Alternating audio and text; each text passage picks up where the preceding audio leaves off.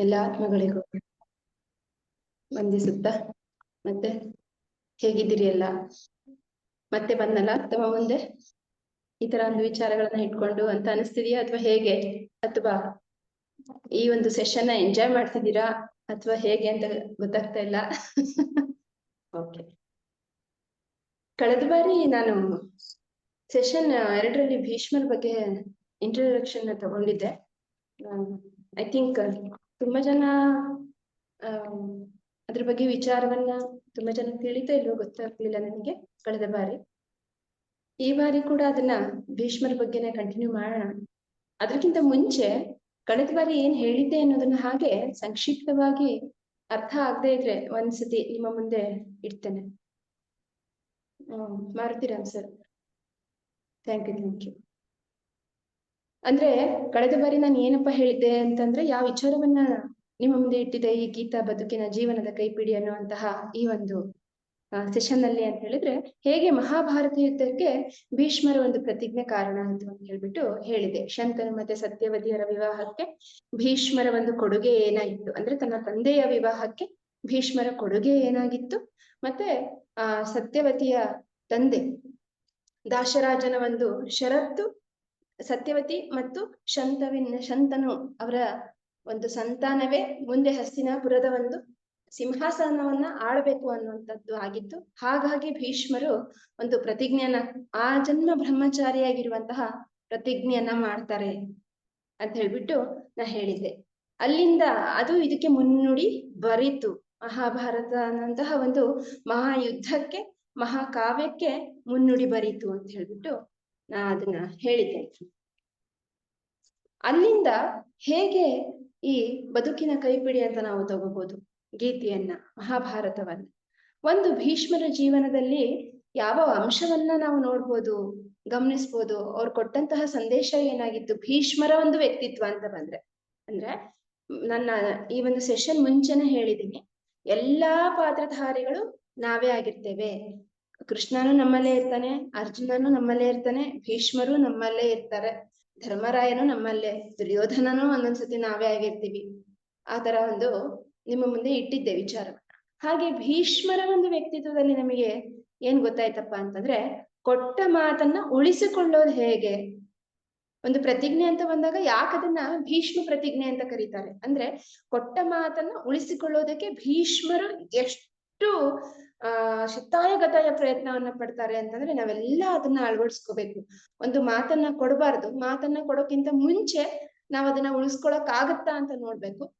ಮಾತನ್ನ ಕೊಟ್ಟಾದ್ಮೇಲೆ ಅದನ್ನ ಉಳಿಸ್ಕೊಳ್ಳೇಬೇಕು. ಅದಕ್ಕೆ ಒಂದು ನೈಜ ನಿದರ್ಶನ ಅಂತಂದ್ರೆ ಭೀಷ್ಮರು ಅಂತ ಹೇಳಿದೆ. ಅದ್ರ ಜೊತೆಗೆ ಯಾವುದೇ ಒಂದು ತೀರ್ಮಾನವನ್ನ ತೆಗೆದುಕೊಳ್ಬೇಕಾದ್ರೆ ಆತುರತೆ ಮಾಡಬಾರ್ದು ಅನ್ನೋದು ನಮಗೆ ಇದರಲ್ಲಿ ತಿಳಿಯತ್ತೆ. ಯಾಕೆ ಅಂತಂದ್ರೆ, ಅವತ್ತು ಒಂದು ಸಣ್ಣ ಒಂದು ಯೋಚನೆಯನ್ನ ಭೀಷ್ಮರು ಮಾಡಿದಿದ್ರೆ ಬಹುಶಃ ಇಷ್ಟು ಕುರುವಂಶದ ನಾಶಕ್ಕೆ ಕಾರಣ ಆಗ್ತಿರ್ಲಿಲ್ವೇನೋ. ಅಥವಾ ಶಂತನು ಮಹಾರಾಜರು ಸತ್ಯವತಿಯನ್ನ ಮದ್ವೆ ಆಗ್ಬೇಕಾದ್ರೆ ಸ್ವಲ್ಪ ಯೋಚನೆ ಮಾಡಿದಿದ್ರೆ, ಅಂದ್ರೆ ಮಾಡಿದಿದ್ರೆ ಎಲ್ಲ ಜೀವನ ಬಂದಿಲ್ ನಿಂತ್ಕೊಳ್ಳೋದು ಆಗಿದ್ದಿದ್ರೆ, ಬಹುಶಃ ಹೀಗಾಗದೆ ಇದ್ರೆ ನಾನು ಆ ಬಸ್ಸೇ ಮಿಸ್ ಮಾಡ್ಕೊಳ್ತಿರ್ಲಿಲ್ವೇನೋ. ಈ ಜಸ್ಟ್ ಮಿಸ್ ಅಂತಾರಲ್ಲ, ನಮಗೆ ಅವಾಗ ಗೊತ್ತಾಗುತ್ತೆ, ಜಸ್ಟ್ 1 ನಿಮಿಷದಲ್ಲೇ ನನ್ನ ಟ್ರೈನ್ ಮಿಸ್ ಆಯ್ತು, ಜಸ್ಟ್ 1 ಪಾಯಿಂಟ್ ಸಮಥಿಂಗ್ ಅಲ್ಲಿ ನನ್ನ ಎಕ್ಸಾಮ್ ರಿಸಲ್ಟ್ ನಂದು ಮಿಸ್ ಆಯ್ತು. ಈ ತರ ಎಲ್ಲ ಜಸ್ಟ್ ಮಿಸ್ ಅಂತೀವಲ್ಲ, ಆ ತರ ಜಸ್ಟ್ 1 ಬಾರಿ ಯೋಚಿಸಿದ್ದಿದ್ರೆ ಈ ತರ ಆಗ್ತಿರ್ಲಿಲ್ವೇನೋ ಅನ್ನುವಂತಹ ಯೋಚನೆಗಳು ನಮ್ಮ ಜೀವನದಲ್ಲಿ ಬಹಳಷ್ಟು ಸಲ ನಮಗೆ ಬಂದಿರತ್ತಲ್ವಾ ಮಾಸ್ಟರ್ಸ್. ಸೊ ಈ 2 ಮೆಸೇಜ್ ಅನ್ನ ನಾವು ಈ ಒಂದು ಕಳೆದ ಸೆಷನ್ ಅಲ್ಲಿ ನೋಡಿದ್ವಿ. ಇಲ್ಲಿ ಶರಶಯ್ಯಲ್ಲಿ ಮಲಗಿದಂತಹ ಭೀಷ್ಮರಿಗೆ ಅಂತಿಮ ಕ್ಷಣದಲ್ಲಿ ತಮ್ಮ ಎಲ್ಲಾ ಜೀವನದ ಹುಟ್ಟಿದಾಗಿಂದ ಅವರು ಶರಶಯ್ಯಲ್ಲಿ ಮಲಗೋ ತನಕನೂ ಕೂಡ ಏನೇನಾಯ್ತು ಅನ್ನುವಂತಹ ಚಿತ್ರಣ ಹಾಗೆ ಅವ್ರ ಕಣ್ಣು ಮುಂದೆ ಬಂದು ಹೋಗ್ತಾ ಇರುತ್ತೆ. ಮನುಷ್ಯ ನೋಡಿ, ಮನುಷ್ಯ ನಾವ್ ಏನೇ ಎಷ್ಟೇ ತಪ್ಪು ಮಾಡಿರ್ಬೋದು, ಮನುಷ್ಯರು ನಾವು ಏನೇ ಒಳ್ಳೆ ಕೆಲಸ ಮಾಡಿರ್ಬೋದು, ಎಲ್ಲ ನಮಗೆ ಸಾಯೋಕ್ಕಿಂತ ಮುಂಚೆ 1 ಕ್ಷಣ ಆತ್ಮಾವಲೋಕನ ನಾವು ಮಾಡ್ಕೊಂಡೇ ಸಾಯ್ತೀವಂತೆ. ನಾವ್ ಈಗ ಮಾಡ್ಕೊಳ್ದೆ ಇದ್ರೆ ಭಗವಂತ ನಮಗೆ ಸಾಯುವಂತ ಕ್ಷಣದಲ್ಲಿ ಮಾಡಿಸ್ತಾನಂತೆ. ನಿಜ ಇದು. ಹಾಗಾಗಿ ನಮ್ಮ ಸರಿ ತಪ್ಪುಗಳ ಜಡ್ಜ್ಮೆಂಟ್ ಅನ್ನ ನಾವು ಅವಾಗೇ ಮಾಡ್ಕೊಳ್ತಾ ಇರ್ಬೇಕು. ಹೇಗೆ ನಾವು ಒಂದು ಕಸವನ್ನ ಗುಡಿಸ್ತಾ ಇರ್ತೀವಿ, ಮನೆಯನ್ನ ಕ್ಲೀನ್ ಮಾಡ್ತಾ ಇರ್ತೀವಿ, ಹಾಗೆ ಮನಸ್ಸಿನ ಕಸವನ್ನು ಕೂಡ ನಾವು ದಿನನಿತ್ಯ ಕ್ಲೀನ್ ಮಾಡ್ಕೋಬೇಕು. ಇಡೀ ದಿನ ನಾವು ಕಣ್ ಬಿಟ್ಟ ತಕ್ಷಣ ಭಗವಂತನಲ್ಲಿ ನಾವು ಹೇಗಪ್ಪ ದಿನದ ಆರಂಭವನ್ನ ನಾವು ಮಾಡ್ತೀವಿ ಅಂತಂದ್ರೆ, ಕೈಗಳನ್ನ ಉಜ್ಜಿ ಕಣ್ಣಿನ ಮೇಲೆ ಹಿಂಗ್ ಒತ್ತಿಟ್ಕೊಳ್ಬೇಕಾದ್ರೆ, ಕರಾಗ್ರವಸತೆ ಲಕ್ಷ್ಮಿ, ಕರ ಮಧ್ಯೆ ಸರಸ್ವತಿ, ಕರ ಮೂಲೆ ಸ್ಥಿತಿ ಗೌರಿ, ಪ್ರಭಾತೆ ಕರ ದರ್ಶನಂ ಅಂತ ಹೇಳ್ಬಿಟ್ಟು ನಾವು ಕೈಗಳನ್ನ ಉಜ್ಜಿ ಪರಮಾತ್ಮನಲ್ಲಿ ಬೇಡ್ಕೊಳ್ಬೇಕಾದ್ರೆ ಒಂದನ್ನ ಬೇಡ್ಕೋಬೇಕಂತೆ, ಇವತ್ತೊಂದು ದಿನ ಅಂದ್ರೆ ಮಲಗಿದ್ದವರು ನಾವು ಮತ್ತೆ ಹೇಳ್ತಾ ಇದೀವಿ ಅಂದ್ರೆ ಒಂದ್ ಡೇ ನಮಗೆ ಎಕ್ಸ್ಟ್ರಾ ಸಿಕ್ಕಿದೆ, ಇವತ್ತು ಕೂಡ ನಮಗೆ ಸಿಕ್ಕಿದೆ, ಇದು ನಮ್ದಾಗಿದೆ. ಈ ದಿನದಲ್ಲಿ ಯಾವ ಕೆಟ್ಟ ಕೆಲ್ಸನೂ ನನ್ನಿಂದ ಮಾಡಿಸ್ಬೇಡ ಭಗವಂತ ಅಂತ ಹೇಳ್ಬಿಟ್ಟು ನಾವು ಕೇಳ್ಕೊಂಡ್ ದಿನದ ಆರಂಭವನ್ನ ಮಾಡ್ಬೇಕಂತೆ. ರಾತ್ರಿ ಮಲಗ್ಬೇಕಾದ್ರೆ ಮತ್ತೊಮ್ಮೆ ಒಂದ್ಸತಿ ಆತ್ಮಾವಲೋಕನ. ಹೆಣ್ಮಕ್ಳಿಗೆ ಕಟ್ಟ ಕಡೆ ನಮಗೆ ಯಾವ್ದಪ್ಪ ವಿಷಯ ಕಾಡತ್ತೆ, ಸುಮ್ಮನೆ ತಮಾಷೆ ಕೇಳ್ತಾ ಇದ್ದೀನಿ. ಹೆಣ್ಮಕ್ಳು ನಾವು ಮಲ್ಕೊಂಡಾಗ, ಪ್ರತಿದಿನ ನಾವು ಮಲ್ಕೊಂಡಾಗ ನಮಗೆ ಕಾಡೋ ಕಟ್ಟ ಕಡೆಯ ಪ್ರಶ್ನೆ ಯಾವ್ದಿರ್ಬೋದು ಮಾಸ್ಟರ್ಸ್? ನಾಳೆ ತಿಂಡಿ ಏನ್ ಮಾಡ್ಲಿ ಅಲ್ವಾ? ತುಂಬಾ ಕಾಮಿಡಿ ಆದ್ರೂ ಇದು ಸತ್ಯ. ಅಡಿಗೆ ಏನ್ ಮಾಡ್ಲಿ ಅನ್ನೋದಕ್ಕಿಂತ ತಿಂಡಿ ಬೆಳಿಗ್ಗೆ ಏನ್ ಮಾಡ್ಲಿ ಅನ್ನೋದು ನಮ್ಮ ಕಟ್ಟ ಕಡೆಯ ಪ್ರಶ್ನೆ. ಆ ಕಟ್ಟ ಕಡೆಯ ಪ್ರಶ್ನೆಗೆ ನಾವು ಇನ್ನೊಂದು ಸೇರಿಸ್ಕೋಬೇಕು, ಬೆಳಗ್ಗೆ ಆರಂಭ ಹೇಗ್ ಮಾಡಿದ್ದೆ ಮತ್ತು ಈ ದಿನ ನಾನು ಹೇಗ್ ಸ್ಪೆಂಡ್ ಮಾಡಿದೆ, ಈ ದಿನ ನಾನು ಯಾವ ತರ ಕಳೆದೆ, ನನ್ನಿಂದ ಯಾವ ತಪ್ಪಾಯ್ತು, ಎಷ್ಟು ಒಳ್ಳೆಯ ಕೆಲಸಗಳಾಯ್ತು, ಇದೂ ಕೂಡ ನಮ್ಮ ಆತ್ಮಾವಲೋಕನ ಆಗ್ಬೇಕು.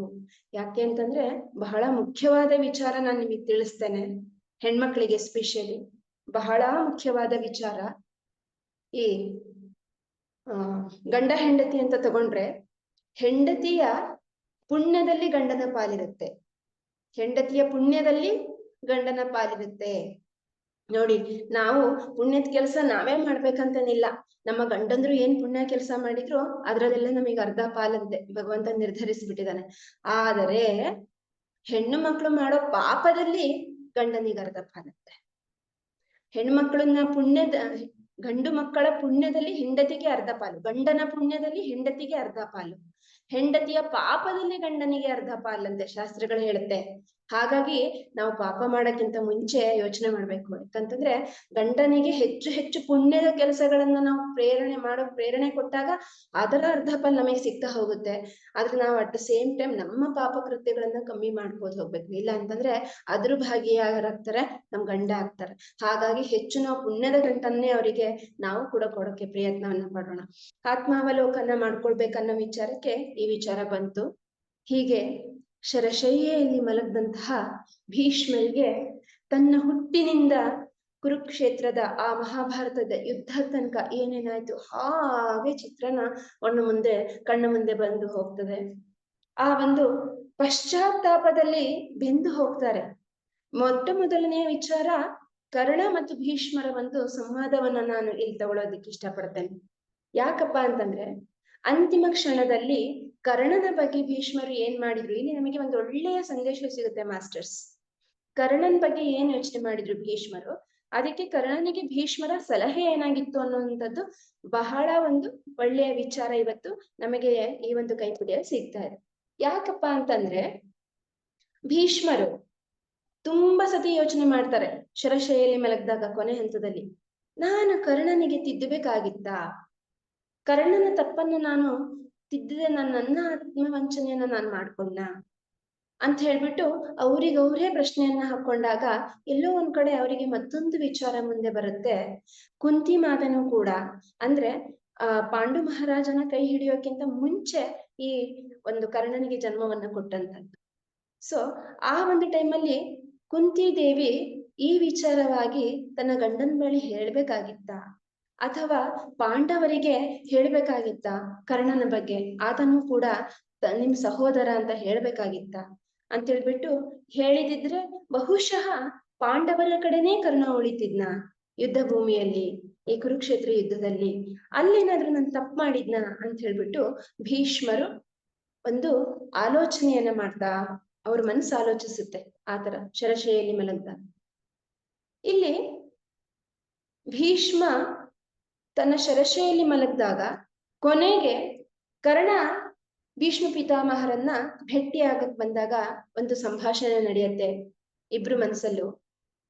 ಭೀಷ್ಮನಿಗೆ ಕರ್ಣ ಕೇಳ್ತಾನೆ, ಭೀಷ್ಮ ಪಿತಾಮಹರೇ, ನನಗೆ ಕೊನೆ ತನಕನೂ ನೀವು ಸೂತ ಪುತ್ರ ಅಂತಾನೆ ನೋಡಿದ್ರಲ್ಲ, ಈ ಸಮಾಜ ನನ್ನನ್ನು ಹಾಗೆ ನೋಡ್ಲಿ, ಆದ್ರೆ ನೀವು ಕೂಡ ನನ್ನನ್ನು ಹಾಗೆ ನೋಡಿದ್ರಲ್ಲ ಅಂತ ಹೇಳ್ಬಿಟ್ಟು ಕರ್ಣ ಭೀಷ್ಮರಿಗೆ ಕೇಳಿದಾಗ ಭೀಷ್ಮರು ಒಂದು ಒಳ್ಳೆಯ ಅದ್ಭುತವಾದ ಸಲಹೆಯನ್ನ ಕರ್ಣನಿಗೆ ಕೊಡ್ತಾರೆ.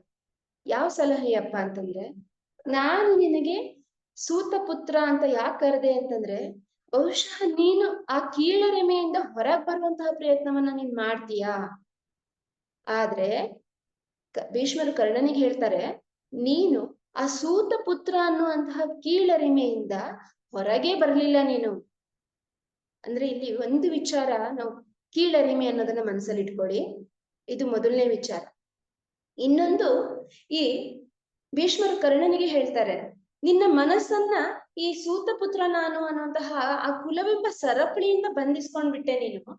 ಇಡೀ ಸಮಾಜ ನಿನ್ನನ್ನ ನೋಡ್ದಾಗೂ ಕೂಡ, ಪಾಂಡವರು ಕೂಡ ನಿನ್ನನ್ನ ಸೂತಪುತ್ರ ಅಂತ ಅವಮಾನ ಮಾಡ್ದಾಗೂ ಕೂಡ ನೀನೇನ್ ಮಾಡ್ದೆ, ಅವರ ಇಚ್ಛೆಯನ್ನ ನೀನ್ ಅರಿದೆ ದುರ್ಯೋಧನನ ಕಡೆ ಹೋದೆ.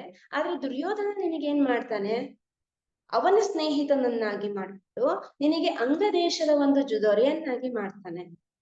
ಆತರ ದೊರೆ ಆದ್ಮೇಲೂ ಕೂಡ ನೀನು ನಿನ್ನ ಒಂದು ಸೂತ ಸಮಾಜದ ಏಳಿಗೆಗೆ ನೀನು ಶ್ರಮಿಸ್ತೇನೆ.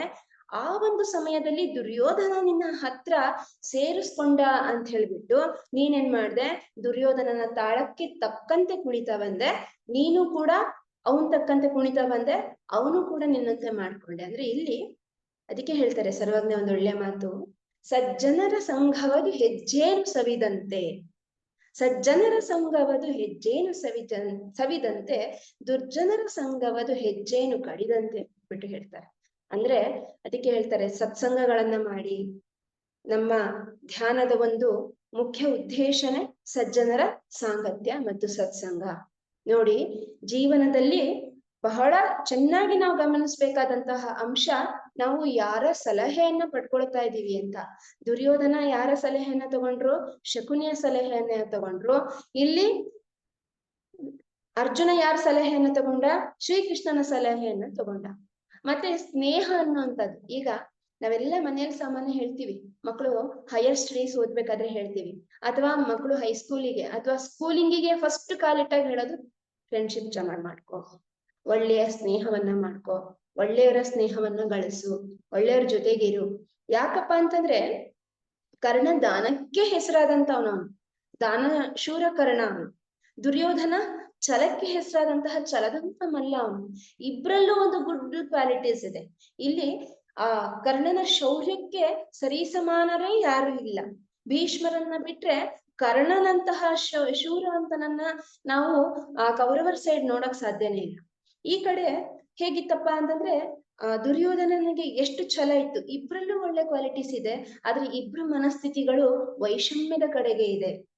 ನಮ್ಮಲ್ಲಿ 3 ಅಂಶವನ್ನ ನಾನು ನಿಮಗೆ ಈ ಗೀತಾ ಜೀವನದ ಕೈಪಿಡಿಯ ಎಂಬಂತಹ ವಿಷಯದಲ್ಲಿ ಹೇಳಿದೆ. ಒಂದು ಯಾವ್ದಪ್ಪ ಅಂತಂದ್ರೆ ಕೀಳರಿಮೆ. ಕರ್ಣನಲ್ಲೇ ಇದ್ದಂತಹ ಕೀಳರಿಮೆ. ಸಮಾಜ ಆತನನ್ನ ಸೂತಪುತ್ರ ಅಂತ ಅಣಕಿಸ್ಬೇಕಾದ್ರೆ ಆತನ ಮನಸ್ಸದನ್ನ ಆಕ್ಸೆಪ್ಟ್ ಮಾಡ್ಕೊಳ್ತು. ಹೌದು, ಸಮಾಜ ನನ್ನನ್ನ ಹೀಗೆ ಕೀಳಾಗಿ ನೋಡ್ತಾ ಇದೆ, ಆ ಟೈಮಲ್ಲಿ ನನಗೆ ದುರ್ಯೋಧನ ನನ್ನ ಕೈ ಹಿಡಿದ ಅಂತ ಹೇಳ್ಬಿಟ್ಟು ಯೋಚನೆ ಮಾಡ್ದ. ಆದರೆ ಆ ಕೀಳರಿಮೆಯನ್ನ ಮೆಟ್ಟಿ ನಿಲ್ಲುವಂತಹ ಪ್ರಯತ್ನ ಕರ್ಣ ಒಬ್ಬನೇ ಮಾಡಕ್ ಆಗ್ಲಿಲ್ಲ. ಯಾಕಂತಂದ್ರೆ ಅವನು ತನ್ನ ಒಂದು ಆತ್ಮಶಕ್ತಿಯನ್ನ ಜಾಗೃತ ಮಾಡ್ಕೊಳ್ಳೇ ಇಲ್ಲ ಇಲ್ಲಿ. ಅದಕ್ಕೆ ಹೇಳದು, ನಾನ್ ನಿಮಗೆ ಸೇತ್ ವಿಜ್ಞಾನ ಅನ್ನುವಂತಹ ಒಂದು ಪುಸ್ತಕದ ಬಗ್ಗೆ ಹೇಳ್ಬೇಕಾದ್ರೆ ಪತ್ರಿಜಿಯವರು ಬಹಳ ಸೊಗಸಾಗಿ ಹೇಳ್ತಾರೆ. ಅದ್ರಲ್ಲಿ ನಿಮ್ಮ ಒಂದು ಆತ್ಮಶಕ್ತಿಯ ಜಾಗೃತಿಯನ್ನ ನೀವು ಮಾಡ್ಕೊಳ್ಳಿ. You are the creator of your own destiny. ಯಾರೋ ಬಂದು ನಮ್ಮನ್ನ ಕೈ ಹಿಡಿದು ನಡೆಸ್ಕೊಂಡು ಹೋಗ್ತಾರೆ, ಯಾರೋ ನಮ್ಮನ್ನ ಬಂದು ನಮ್ಮ ಅಭಿವೃದ್ಧಿಗೆ ಕಾರಣ ಆಗ್ತಾರೆ, ಯಾರೋ ನಮಗೆ ಅವಕಾಶಗಳನ್ನ ಕೊಡ್ತಾರೆ ಅಂತ ನಾವು ಕಾಯ್ತಾ ಕೂರ್ಬಾರ್ದು. ಯಾಕೆ ಅಂತಂದ್ರೆ ಈ ಕತ್ಲಂತ ಬಂದಾಗ ನಮ್ ನೆರಳೆ ನಮ್ ಜೊತೆಗಿರಲ್ಲಂತೆ. ಅಥವಾ ನಾವು ಈ ದೇಹ ರೂಪದಲ್ಲಿ ನಮ್ಮ ಆತ್ಮ ಇದೆಯಲ್ಲ, ಈ ದೇಹನೇ ಸಮಯ ಬಂದಾಗ ಈ ನಮ್ಮ ಆತ್ಮನೇ ಈ ದೇಹದಿಂದ ಬೇರೆ ಆಗತ್ತೆ ಅಂದಾಗ ಬೇರೆ ವ್ಯಕ್ತಿಗಳು ನಮ್ ಜೊತೆ ಇರ್ತಾರೆ ಅನ್ನೋದು ಎಷ್ಟು ಸತ್ಯ. ಆ ಕೀಳರಿಮೆಯಿಂದ ಕರ್ಣ ಹೊರಗೆ ಬರ್ಲಿಲ್ಲ, ತನ್ನ ಒಂದು ಆತ್ಮಶಕ್ತಿಯನ್ನು ಅವನು ಜಾಗೃತ ಮಾಡಿಸ್ಕೊಳ್ಳೇ ಇಲ್ಲ. ಸಂಪೂರ್ಣ ಯಾರನ್ನ ನಮ್ಗ ಅವನು ದುರ್ಯೋಧನನ ನಂಬಿದ. ಒಂದು ಸತಿ ನಾನು ಅಸೂತ ಪುತ್ರ ಅನ್ನುವಂತಹ ಕೀಳರಿಮೆಯಿಂದ ಭೀಷ್ಮರ ಕರ್ಣನಿಗೆ ಹೇಳೋದೇ ಇದೆ.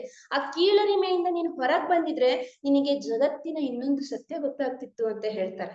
ಇನ್ನೊಂದು ವಿಷಯ ಹೇಳ್ದೆ, ಸಜ್ಜನರ ಸಂಘ ಮಾಡ್ಬೇಕು ಅಂತ ಹೇಳ್ಬಿಟ್ಟು. ಇಲ್ಲಿ ದುರ್ಯೋಧನ ಮತ್ತೆ ಭೀಷ್ಮ ಇವರು ಕರ್ಣನ ಸ್ನೇಹ ಎಷ್ಟು ಕೆಟ್ಟ ಕೆಲಸಗಳಿಗೆ ಅವರು ಅದು ಪ್ರೇರೇಪಣೆ ಕೊಡ್ತು ಅಂತ ಹೇಳ್ಬಿಟ್ಟು. ಇಬ್ರಲ್ಲೂ ಒಂದು ಛಲ ಅನ್ನೋದಿದೆ, ಇಬ್ರಲ್ಲೂ ಒಂದು ಶೌರ್ಯ ಅನ್ನೋದಿದೆ. ಆದ್ರೆ ಅದನ್ನ ಆ ಯಾವ ಗುರಿಯ ಕಡೆ ಅವರು ತೆಗೆದುಕೊಂಡು ಹೋದ್ರು ಅನ್ನೋದು ಬಹಳ ಇಂಪಾರ್ಟೆಂಟ್ ಆಗತ್ತೆ. ನಮ್ಮಲ್ಲೂ ಕೂಡ ಅಷ್ಟೇ ಒಂದು ಎನರ್ಜಿ ಇರುತ್ತೆ, ಆದ್ರೆ ನಮ್ಮಲ್ಲೂ ಅಷ್ಟೇ ಇಂಟೆಲಿಜೆನ್ಸ್ ಇರುತ್ತೆ, ಅಷ್ಟೇ ಬುದ್ಧಿಮತ್ತೆ ನಮ್ಮಲ್ಲೂ ಇರುತ್ತೆ. ಆದ್ರೆ ಅದನ್ನ ನಾವು ಯಾವ ಗುರಿಯ ಎಡೆಗೆ ಕರ್ಕೊಂಡು ಹೋಗ್ತಿದೀವಿ ಅನ್ನೋದು ಬಹಳ ಮುಖ್ಯ. ಎರಡನೇ ಅಂಶ ಇವತ್ತು ಹೇಳ್ತಿರೋದು, ಒಂದು, ನಮ್ಮಲ್ಲಿ ಯಾವುದೇ ರೀತಿಯ ಕೀಳರಿಮೆ ಇರಬಾರ್ದು, ನಮ್ಮ ಬಗ್ಗೆ ನಮಗೆ ಆತ್ಮಗೌರವ ಇರಬೇಕು, ಮೊದಲನೇ ವಿಚಾರ. ಇನ್ನೊಂದು, ನಮ್ಮಲ್ಲಿ ಇರುವಂತಹ ಆ ಬುದ್ಧಿವಂತಿಕೆಗೆ, ಆ ಒಂದು ಕರೇಜ್ಗೆ ನಾವು ಯಾವ ಗುರಿಯನ್ನ ತೋರಿಸ್ಬೇಕು, ಅದನ್ನ ಯಾವ ತರ ಚಾನಲೈಸ್ ಮಾಡ್ಬೇಕು. ನಮ್ಮಲ್ಲಿರುವಂತಹ ಎನರ್ಜಿಯನ್ನ ಒಳ್ಳೆ ಹಾದಿ ಕರ್ಕೊಂಡು ಹೋದ್ರೆ ನಾವು ಒಳ್ಳೆಯ ಒಂದು ಹಾದಿಯನ್ನೇ ತಲುಪ್ತೀವಿ, ಇಲ್ಲ ಅಂತಂದ್ರೆ ಮತ್ತೆ ನಮ್ಮ ಜೀವನದ ಅಧಪತನ. ಹಾಗಾಗಿ ನಾವು ಒಂದು ಕೆಲಸವನ್ನ ಕೈಗೆಟ್ಕೊಂಡಾಗ ಆ ಗುರಿಯನ್ನ ನೋಡ್ಬೇಕಾದ್ರೆ ಆ ಗುರಿಯ ಅಲ್ಟಿಮೇಟ್ ಏನಾಗಿರುತ್ತೆ, ಅದು ಒಳ್ಳೇದಾಗಿರುತ್ತಾ ಅಥವಾ ಕೆಟ್ಟದಾಗಿರುತ್ತಾ ಅನ್ನೋದನ್ನ ನಾವು ಬಹಳ ಚೆನ್ನಾಗಿ ಯೋಚನೆ ಮಾಡ್ಬೇಕು. ಯಾವತ್ತು ಸಜ್ಜನರ ಸಾಂಗತ್ಯವನ್ನ ಮಾಡ್ಬೇಕು ಅನ್ನುವಂಥದ್ದು ಇಲ್ಲಿ ಬಹಳ ಪ್ರಮುಖವಾಗಿ ಗಮನಿಸ್ಬೇಕಾದಂತಹ ಅಂಶ. ಇನ್ನೊಂದು ಒಳ್ಳೆಯ ಅಂಶವನ್ನ ಭೀಷ್ಮರು ಕರ್ಣನಿಗೆ ಹೇಳ್ತಾರೆ. ದುರ್ಯೋಧನ ಇಡೀ ಸಮಾಜ ನಿನಗೆ ಕೀಳು ದೃಷ್ಟಿಯಿಂದ ನೋಡ್ಬೇಕಾದ್ರೆ ದುರ್ಯೋಧನ ನಿನ್ನನ್ನ ಹತ್ರ ಸೇರಿಸಿದ, ನಿನಗೆ ಅಂಗ ದೇಶಕ್ಕೆ ಅರಸನನ್ನಾಗಿ ಮಾಡಿ ಆಡಳಿತವನ್ನ ದುರ್ಯೋಧನ ನೀಡ್ದ. ಆದ್ರೆ ಯಾಕೆ ನೀಡ್ದ? ಅವನಿಗೆ ನಿನ್ನ ಶೌರ್ಯದ ಬಗ್ಗೆ, ನಿನ್ನ ಪರಾಕ್ರಮದ ಬಗ್ಗೆ ಒಂದು ನಂಬಿಕೆ ಇತ್ತು. ಪಾಂಡವರ ವಿರುದ್ಧ ನಿನ್ನನ್ನ ಆತ ಅಸ್ತ್ರವನ್ನಾಗಿ ಮಾಡ್ಕೊಂಡ. ಭೀಷ್ಮರು ಎಷ್ಟು ಅದಕ್ಕೆ ನೋಡಿ ಹೇಳೋದು, ಅನುಭಾವಿಗಳಾಗ್ಬೇಕು. ಬರೀ ಅನುಭವಿಗಳಾದ್ರೆ ಸಾಲದು, ಜೀವನದಲ್ಲಿ ಅನುಭಾವಿಗಳಾಗ್ಬೇಕು. ನೋಡಿ ಎಷ್ಟು ವ್ಯತ್ಯಾಸ ಇದೆ ಅಂದ್ರೆ, ಈ ಮನೆಯಲ್ಲಿ ಹಿರಿಯರಿರ್ಬೇಕು ಅಂತ ಹೇಳ್ತಾರೆ. ಯಾಕೆ ಅಂತಂದ್ರೆ ನಾವಿವತ್ತು ಎಷ್ಟೇ ಡಿಗ್ರಿಗಳನ್ನ ತಗೊಳ್ಬೋದು, ಎಷ್ಟೇ ಸರ್ಟಿಫಿಕೇಟ್ಗಳನ್ನ ತಗೊಳ್ಬೋದು, ಆದರೆ ಜೀವನದ ಅನುಭವ ಕಲಿಸುವಂತಹ ಪಾಠ ಇದೆಯಲ್ಲ, ಯಾವ ಯೂನಿವರ್ಸಿಟಿನೂ ಕಲಿಸಕ್ಕಾಗೋದಿಲ್ಲ. ಅದಕ್ಕೆ ಹೇಳ್ತಾರೆ, ಎಷ್ಟೋ ನಮ್ಮ ಅನ್ಸಾಲ್ವ್ ಕ್ವಶನ್ಸ್ಗೆಲ್ಲ, ಪರಿಹರಿಸದೇ ಇರುವಂತಹ ಪ್ರಶ್ನೆಗಳಿಗೆಲ್ಲ ನೀವು ನೋಡಿ, ಮನೆಯಲ್ಲಿ ನಿಮಗೆ ಎಷ್ಟೇ ಸಮಸ್ಯೆ ಬರಲಿ, ಮನೇಲಿ ಒಬ್ರು ಹಿರಿಯರು ಅಂತ ಇದ್ರೆ ನಿಮ್ಮ ಸಮಸ್ಯೆಗೆ ಟಕ್ ಅಂತ ಉತ್ತರ ಕೊಟ್ಟಿರ್ತಾರೆ, ಇಲ್ಲ ಅದ್ ಹಂಗಾಗಿತ್ತು. ಫಾರ್ ಎಕ್ಸಾಂಪಲ್ ಒಂದು ವಿಷಯ ನಾನು ಇಲ್ಲಿ ಪ್ರಸ್ತಾಪ ಮಾಡೋದಕ್ಕೆ ಇಷ್ಟಪಡ್ತೀನಿ. ಸುಧಾಮೂರ್ತಿ ಅಮ್ಮನವರು ಇದ್ದಾರೆ, ಇನ್ಫೋಸಿಸ್ ಅಧ್ಯಕ್ಷ ಸುಧಾಮೂರ್ತಿ ಅಮ್ಮನವರು ಇದ್ದಾರೆ. ಈಗ ನಾವೆಲ್ಲ ಏನ್ ತಿಳ್ಕೊಳ್ತೀವಿ, ನಾವು ನಮ್ಮ ಮಕ್ಕಳಿಗೆ ಏನ್ ಹೇಳ್ತೀವಿ, ನೋಡಿ ಸುಧಾಮೂರ್ತಿ ಅಮ್ಮ ನೋಡಿ ಅವ್ರು ಈಗ ಹೇಗಿದ್ದಾರೆ, ಎಷ್ಟೆಲ್ಲ ಅಚೀವ್ಮೆಂಟ್ ಮಾಡಿದ್ದಾರೆ, ಅಂತೆಯೇ ನೀವಾಗ್ಬೇಕಂತ ನಾವು ಹೇಳ್ತೀವಿ. ಆದ್ರೆ ನಾನ್ ಹೇಳಕ್ ಇಷ್ಟಪಡ್ತೀನಿ ಅಂತಂದ್ರೆ, ಈಗ ಅಮ್ಮ ಹೇಗಿದ್ದಾರೆ, ಎಷ್ಟು ಸರಳತೆ ಅವರಲ್ಲಿದೆ, ಇಷ್ಟು ಹಣ್ಣಿನಿಂದ ತುಂಬಿದಂತಹ ಮರ ಅಂತೀವಲ್ಲ, ಅಂತಹ ಒಂದು ಪರಿಪಕ್ವತೆ, ಅನುಭಾವಿಗಳಾಗಿರುವಂತಹ ಪ್ಯೂರ್ ಸೋಲ್ ಅದು ಸುಧಾಮೂರ್ತಿ ಅಮ್ಮನವರು. ಆದ್ರೆ ನಾನ್ ಈಗ ಹೇಗ್ ಅವ್ರಿದ್ದಾರೆ ಅದು ನಾನು ಆಗಕ್ಕಾಗಲ್ಲ. ಆದ್ರೆ ನನಗೆ ಬೇಕಾಗಿರುವಂತಹ ಪಾಠ ಯಾವುದು, ನನ್ನ ವಯಸ್ಸಿನಲ್ಲಿ ಅವರಿಗಿರುವಂತಹ ಅನುಭವಾಮೃತಗಳನ್ನ, ಆ ಅನುಭವಗಳನ್ನ, ಆ ಅನುಭವ ಎನ್ನುವಂತಹ ಅಮೃತವನ್ನ, ಅವರ ಅನುಭವದ ಪಾಠಗಳನ್ನ ನಾನು ತಿಳ್ಕೊಂಡಾಗ ನಾನು ಮುಂದೆ ಅವರ ಅಮ್ಮ ಹೇಗಿದ್ದಾರೆ ನಾನು ಹಾಗಾಗಕ್ ಸಾಧ್ಯ. ಯಾಕೆ ಅಂತಂದ್ರೆ ಅವರು ಈ ತರ ಅಲ್ಟಿಮೇಟ್ ಒಂದು ಪ್ಯೂರ್ ಸೋಲ್ ಆಗಕ್ಕಿಂತ ಮುಂಚೆ ಎಷ್ಟೆಲ್ಲ ಕಷ್ಟದಲ್ಲಿ ಅವ್ರು ಬೆಂದಿರ್ತಾರಲ್ವಾ, ಆ ಅನುಭವದ ಪಾಠಗಳನ್ನ ನಾವು ತಗೋಬೇಕು. ನಾವು ಈಗ ಹೇಗಿದ್ದಾರೆ ಅದ್ ಹಾಕ್ತೀವಿ ಅಂತಂದ್ರೆ ಬಹುಶಃ ಹಾದಿ ಕಷ್ಟ ಅನ್ಸುತ್ತೆ. ಅನುಭವನ ಹಂಚ್ಕೊಳ್ಳಿ, ಹಿರಿಯರಲ್ಲಿ ಅವರ ಅನುಭವದ ಬಗ್ಗೆ ಕೇಳಿ. ಅದಕ್ಕೆ ಇಲ್ಲಿ ಭೀಷ್ಮರು ಹೇಳ್ತಾರೆ, ದುರ್ಯೋಧನ ನಿನಗೆ ಅರಸನನ್ನಾಗಿ ಮಾಡಿ ಆಡಳಿತ ಕೊಟ್ಟಿದ್ದಾದ್ರೆ ಸೂತ ಸಮಾಜಕ್ಕೆ ಕೂಡ ಒಂದು ಒಳ್ಳೆಯ ಕೆಲಸ ಕಾರ್ಯಗಳನ್ನ, ಕೊಡುಗೆಗಳನ್ನ ಆತ ಕೊಡ್ಬೋದಿತ್ತಲ್ಲ. ನಿಜವಾಗ್ಲೂ ನಿನ್ ಮೇಲೆ ಪ್ರೀತಿ ಇದ್ದಿದ್ರೆ, ಸೂತ ಪುತ್ರನಾದ ಕರ್ಣನ ಮೇಲೆ ನಿಜವಾದ ಪ್ರೀತಿ ಇದ್ದಿದ್ರೆ ಇಡೀ ಸೂತ ಸಮಾಜವನ್ನೇ ಎತ್ತಿ ಹಿಡಿಬೋದಿತ್ತಾತ. ಆದ್ರೆ ನಿನ್ನನ್ ಯಾಕೆ ಅವ್ನು ಬಳಸ್ಕೊಂಡ ಅಂತಂದ್ರೆ ನಿನ್ನಲ್ಲಿರುವಂತಹ ಪರಾಕ್ರಮದ ಬಗ್ಗೆ ಆತನಿಗೆ ನಂಬಿಕೆ ಇತ್ತು, ಹಾಗಾಗಿ ಪಾಂಡವರ ವಿರುದ್ಧ ನಿನ್ನನ್ನು ಬಳಸ್ಕೊಂಡ ಅನ್ನುವಂತಹ ಮಾತು ಕರ್ಣನಿಗೆ ಭೀಷ್ಮರು ಹೇಳ್ತಾರೆ. ಎಂತಹ ಪೆಟ್ಟನ್ನ ಕೊಡ್ತಾರೆ ನೋಡಿ ಭೀಷ್ಮರು ಕರ್ಣನಿಗೆ. ಅಂದ್ರೆ ಇಲ್ಲಿ ಇನ್ನೊಂದು ಮೆಸೇಜ್ ನನ್ನ ನಿಮಗೆ ಕೊಡೋಕೆ ಇಷ್ಟಪಡ್ತೀನಿ. ನಮ್ಮಲ್ಲಿರುವಂತಹ ದೌರ್ಬಲ್ಯವನ್ನ ಯಾರು ಹೇಗೆ ಎಂಕರೇಜ್ ಮಾಡ್ತಾರೆ ಅನ್ನೋದನ್ನ ನಾವಿಲ್ಲಿ ಗಮನಿಸ್ಬೇಕು. ದಿನನಿತ್ಯ ನಾವು ನಮ್ಮ ದೌರ್ಬಲ್ಯಗಳನ್ನ ಬಿಟ್ಕೊಡ್ತೀವಲ್ವಾ, ದಿನನಿತ್ಯ ಒಬ್ರಲ್ಲ ಒಬ್ರು ನಮ್ಮನ್ನ ಅವ್ರಿಗೆ ಬೇಕಾದಂಗೆ ಯೂಸ್ ಮಾಡ್ತಾರೆ. ಕೆಲವು ಸಂದರ್ಭದಲ್ಲಿ ಇದನ್ನ ನಾವು ಅನುಭವಿಸಿರ್ತೀವಿ, ನಮಗೆ ಗೊತ್ತಾಗಿರಲ್ಲ. ಅವ್ರು ನಮ್ಮನ್ನ ಅವ್ರಿಗೆ ಇಷ್ಟಪಟ್ಟಂಗೆ ಒಂಥರ ನೆಗೆಟಿವ್ ಆಗಿ ಯೂಸ್ ಮಾಡ್ಕೊಳ್ಳುವಂತಹ ಒಂದು ಪರಿಸ್ಥಿತಿ ಬಂದಿರುತ್ತೆ. ಹಾಗಾಗಿ ಒಂದು ನಮ್ಮಲ್ಲಿರುವಂತಹ ದೌರ್ಬಲ್ಯದ ಬಗ್ಗೆ ನಾವು ಕೀಳರಿಮೆ ಇಲ್ಲದೆ ಮೆಟ್ಟಿ ನಿಲ್ಬೇಕು. ಆ ಒಂದು ಪರಿಸ್ಥಿತಿಯನ್ನ ಇನ್ನೊಬ್ರು ಎಂಕ್ಯಾಶ್ ಮಾಡ್ಕೊಳ್ಳದೆ ಇರೋ ರೀತಿಯಲ್ಲಿ ನಾವು ನೋಡ್ಕೋಬೇಕು. ಇಲ್ಲ ಅಂತಂದ್ರೆ ಜೀವನದ ಕುರುಕ್ಷೇತ್ರ ಯುದ್ಧದಲ್ಲಿ ಕರ್ಣನಿಗಾದ ಗತಿ ನಮಿಗಾಗತ್ತೆ. ಇದು ನಮಗೆ ಗೀತ ನಮಗೆ ಕೊಡುವಂತಹ ಸಂದೇಶ. ಅನುಭವವನ್ನ ಪಡ್ಕೊಳ್ಳಿ, ಹಿರಿಯರ ಮಾತನ್ನ ಕೇಳಿ, ಯಾರಿಗೂ ಕೂಡ ನಮ್ಮ ಒಂದು ದೌರ್ಬಲ್ಯವನ್ನ ಬಿಟ್ಕೊಡ್ಬಾರ್ದು. ಅದನ್ನ ಎನ್ಕ್ಯಾಚ್ ಮಾಡ್ಕೊಳ್ಳುವಂತಹ ಒಂದು ಪರಿಸ್ಥಿತಿಯನ್ನ ಅಥವಾ ಸಂದರ್ಭವನ್ನ ಅವರಿಗೆ ಕೊಟ್ಟು ನಾವು ಕರ್ಣನಿಗಾದಂತಹ ಸ್ಥಿತಿಯನ್ನ ನಾವು ತಂದ್ಕೋಬಾರ್ದು. ಹಾಗಾಗಿ ಇನ್ನೊಂದು ಒಳ್ಳೆ ಮಾತನ್ನ ಭೀಷ್ಮರು ಕರ್ಣನಿಗೆ ಹೇಳ್ತಾರೆ. ಯಾರಾದ್ರೂ ನಮ್ಮನ್ನ ಹಂಗಿಸ್ತಾರೆ ಅಂತಂದ್ರೆ, ಅವರು ನಮ್ಮ ಆತ್ಮಸ್ಥೈರ್ಯವನ್ನ ಕೆರಳಿಸ್ತಾರೆ ಅಂತಂದ್ರೆ, ಅವರಿಗೆ ನಮ್ಮ ಮೇಲೆ ಎಷ್ಟು ಭಯ ಇದೆಯಲ್ಲಪ್ಪ ಅಂತ ನಾವು ಯೋಚನೆ ಮಾಡ್ಬೇಕಂತೆ. ಅಂತಂದ್ರೆ ಯಾರಾದ್ರೂ ಒಬ್ರು ನಮ್ಮನ್ನ ಏನು ನಿಂದಿಸ್ತಿದ್ದಾರೆ, ಅದಕ್ಕೆ ಅಕ್ಕ ಮಹಾದೇವಿ ಒಂದು ಒಳ್ಳೆ ಮಾತನ್ನ ಹೇಳ್ತಾರೆ. ಬೆಟ್ಟದ ಮೇಲೊಂದು ಮನೆಯ ಮಾಡಿ, ಬೆಟ್ಟದ ಮೇಲೊಂದು ಮನೆಯ ಮಾಡಿ, ಮೃಗಗಳಿಗೆ ಅಂಜಿದಡೆ ಎಂತಯ್ಯ, ಸಮುದ್ರದ ತಟದಲ್ಲೊಂದು ಮನೆಯ ಮಾಡಿ, ನೆರೆ ತೊರೆಗಳಿಗೆ ಅಂಜಿದಡೆ ಎಂತಯ್ಯ. ಲೋಕದಲ್ಲಿ ಸ್ತುತಿ ನಿಂದನೆಗಳು ಬಂದರೆ ಸಮಾಧಾನಿಯಾಗಿರಬೇಕು ಅಂತ ಹೇಳ್ಬಿಟ್ಟು ಹೇಳ್ತಾರೆ. ಇದು ಹೇಳೋಷ್ಟು ಸುಲಭ ಅಲ್ಲ. ಈಗ ನಾನು ನಿಮಗೆ ಹೇಳ್ತಿದ್ದೀನಲ್ವಾ, ಇದನ್ನ ಪಾಲಿಸೋದಿಕ್ ನನಗೂ ಎಷ್ಟು ಅಂದ್ರೆ ಅಷ್ಟು ಗಟ್ಟಿತನ ನನಗೂ ಬೇಕು. ಇನ್ನು ನಿಮ್ಗೆ ಹೇಳೋದ್ರ ಮೂಲಕ ನಾನು ಕೂಡ ಈ ಜೀವನದ ಪಾಠ, ಗೀತೆಯ ಪಾಠವನ್ನ ಜೀವನದಲ್ಲಿ ಅಳವಡಿಸ್ಕೊಳ್ಳೋದಕ್ಕೆ ಪ್ರಯತ್ನ ಪಡ್ತಾ ಇದ್ದೀನಿ. ಒಂದು ಸಣ್ಣ ಕಥೆಯನ್ನ ಇಲ್ಲಿ ಹೇಳ್ತಾ ಇದ್ದೀನಿ ನಾನು. ನಮಗೆಲ್ಲ ನಾವು ಪ್ರೈಮರಿ ಸ್ಕೂಲು ಅಲ್ಲಿ ಓದ್ಬೇಕಾದ್ರೆ ಈ ಕತೆ ಎಲ್ಲ ಒಂದು ಕನ್ನಡ ಪಠ್ಯ ಪುಸ್ತಕದಲ್ಲೂ ಇರ್ತಾ ಇತ್ತು. ಏನಪ್ಪಾ ಅಂತಂದ್ರೆ ಒಂದು ಆಮೆ ಇರತ್ತೆ ನದಿ ನೀರಲ್ಲಿ. ಆ ಆಮೆಗೆ ಒಂದ್ಸತಿ ಆಕಾಶ ನೋಡಿದಾಗ ಆಮೆಗೆ ಅನ್ಸತ್ತೆ, ನಾನು ಕೂಡ ಈ ತರ ಆಕಾಶದಲ್ಲಿ ಹಕ್ಕಿಗಳ ತರ ಹಾರ್ಬೇಕಲ್ಲ ಅಂತ ಹೇಳ್ಬಿಟ್ಟು ಅದಕ್ಕೆ ತುಂಬಾ ಆಸೆ ಆಗ್ತಾ ಇರತ್ತೆ. ಆ ನದಿ ನೀರಲ್ಲಿ ಒಂದೆರಡು ಹಂಸ ಪಕ್ಷಿಗಳು ಬರ್ತಾ ಇರ್ತವೆ. ಆ ನದಿ ಇದು ಬಾತುಕೋಳಿಗಳು, ಅದು ಸ್ವ್ಯಾನ್, ಅದು ಬಂದು ನೀರೆಲ್ಲ ಕುಡಿತಾ ಈ ಆಮೆ ಜೊತೆ ಅದೇನ್ ಮಾಡುತ್ತೆ, ಫ್ರೆಂಡ್ಶಿಪ್ ಮಾಡ್ಕೊಳತ್ತೆ ಹಂಸ ಪಕ್ಷಿಗಳ ಜೊತೆ. ಈ ಆಮೆ ಅದು ಒಂದ್ಸತಿ ತನ್ನ ಇಚ್ಛೆನ ಹೇಳ್ಕೊಳುತ್ತೆ, ನನಗೂ ಹಾರಾಡೋದಕ್ಕೆ ಇಷ್ಟ, ದಯವಿಟ್ಟು ನನ್ನನ್ನ ಆಕಾಶದಲ್ಲಿ ಹಾರಾಡಿಸ್ತೀರಾ ಅಂತಂದಾಗ ಅವೆರಡು ಏನ್ ಮಾಡ್ತವೆ, ಆಯ್ತು ಅಂತ ಒಪ್ಕೊಂಡು ಒಂದ್ ಪ್ಲಾನ್ ಮಾಡ್ತವೆ. ಒಂದು ಕೋಲನ್ನ ತೆಗೆದುಕೊಳ್ತವೆ. ಈ ಕಡೆ ಒಂದು ತುದಿಯನ್ನ ಒಂದ್ ಪಕ್ಷಿ ಇಟ್ಕೊಳುತ್ತೆ, ಈ ಕಡೆ ತುದಿಯನ್ನ ಒಂದ್ ಪಕ್ಷಿ ಇಟ್ಕೊಳುತ್ತೆ. ಆಮೇಲೆ ಹೇಳುತ್ತೆ, ಆ ಕೋಲಿನ ಮಧ್ಯಭಾಗವನ್ನ ನಿನ್ನ ಬಾಯಲ್ಲಿ ಕಚ್ಕೊಂಡ್ ಹಿಡ್ಕೊ ಅಂತ ಹೇಳ್ಬಿಟ್ಟು. ಸರಿ ಆಯ್ತು ಅಂತ ಅದು ಕಚ್ಕೊಂಡ್ ಇಟ್ಕೊಳುತ್ತೆ. ಅವಾಗ ಏನ್ ಮಾಡತ್ತೆ, ಎರಡೂ ಪಕ್ಷಿಗಳು ಹಾರ್ಬೇಕಾದ್ರೆ ಹಂಗೆ ಆಮೆನ ಮೇಲಕ್ಕೆ ಎತ್ಕೊಂಡು ಹೋಗ್ತವೆ. ಆಮೆಗೆ ಫುಲ್ ಖುಷಿ, ನೋಡಪ್ಪ ನನಗೆ ಎಷ್ಟು ನನ್ನ ಆಸೆ ನೆರವೇರ್ತಾ ಇದೆ, ನಾನು ಕೂಡ ಹಕ್ಕಿಗಳ ತರ ಹಾರಾಡ್ತಾ ಇದ್ದೀನಿ, ಅಂದ್ರೆ ಬಾನೆತ್ತರಕ್ಕೆ ನಾನು ಇದೀನಿ ಅಂತ ಅನ್ಕೊಂಡಾಗ ಅಲ್ಲಿ ಕೆಳಗ್ ಒಂದಿಷ್ಟು ಜನ ನಿಂತ್ಕೊಂಡು ಹೇಳ್ತಾ ಇರ್ತಾರಂತೆ, ಅಯ್ಯೋ ಅಲ್ಲಿ ನೋಡಿ ಮೇಲೆ ಹೆಂಗ ಆಮೆ ಹೋಗ್ತಾ ಇದೆ. ಇನ್ನು ಸ್ವಲ್ಪ ಜನ ಹೇಳ್ತಾರೆ ಅಂತೆ, ಅದಕ್ಕೆಲ್ಲಿ ಹೋಗಕ್ ಬರುತ್ತೆ, ಅಲ್ಲಿ ಆ ಪಕ್ಷಿಗಳ ಸಹಾಯದಿಂದ ಅದು ಹೋಗ್ತಾ ಇದೆ ಅಂತ ಹೇಳ್ಬಿಟ್ಟು ಒಬ್ರೊಬ್ರು ಒಂದೊಂದ್ ತರ ಮಾತಾಡಕ್ ಶುರು ಮಾಡಿರ್ತಾರೆ. ಅವಾಗ ಏನಾಗತ್ತೆ, ಈ ಆಮೆ ಏನ್ ಮಾಡತ್ತೆ, ಅವ್ರಿಗೆ ಉತ್ತರ ಕೊಡೋಣ ಅಂತ ಹೇಳ್ಬಿಟ್ಟು ಬಾಯ್ ಬಿಡುತ್ತೆ. ಬಾಯ್ ಬಿಟ್ಟ ತಕ್ಷಣ ಆಮೆ ಪರಿಸ್ಥಿತಿ ಏನಾಗತ್ತೆ, ಮೇಲಿಂದ ಕೆಳಗಡೆ ಥಪ್ ಅಂತ ಬಿದ್ದು ಸತ್ತೋಗುತ್ತೆ. ಅಂದ್ರೆ ನಾನು ಯಾಕೆ ಹೇಳ್ದೆ ಅಂತಂದ್ರೆ, ನಾವು ಮಾಡೋದಿದೆ ತಪ್ಪೆ ಅಲ್ವಾ. ಯಾರಾದ್ರೂ ನಮಗೆ ಏನಾದ್ರೂ ಹೇಳಿದ ತಕ್ಷಣ ನಾವ್ ಅದಕ್ಕೆ ರಿಯಾಕ್ಟ್ ಮಾಡಕ್ ಹೋಗ್ತೀವಿ. ತಿರುಗಿಸಿ ಏನಾದ್ರೂ ಉತ್ತರ ಕೊಡಕ್ ಹೋಗ್ತೀವಿ. ಎಷ್ಟ್ ಜನಕ್ಕೆ ಅಂತ ನಾವು ಉತ್ತರ ಕೊಡೋಕ್ ಸಾಧ್ಯ?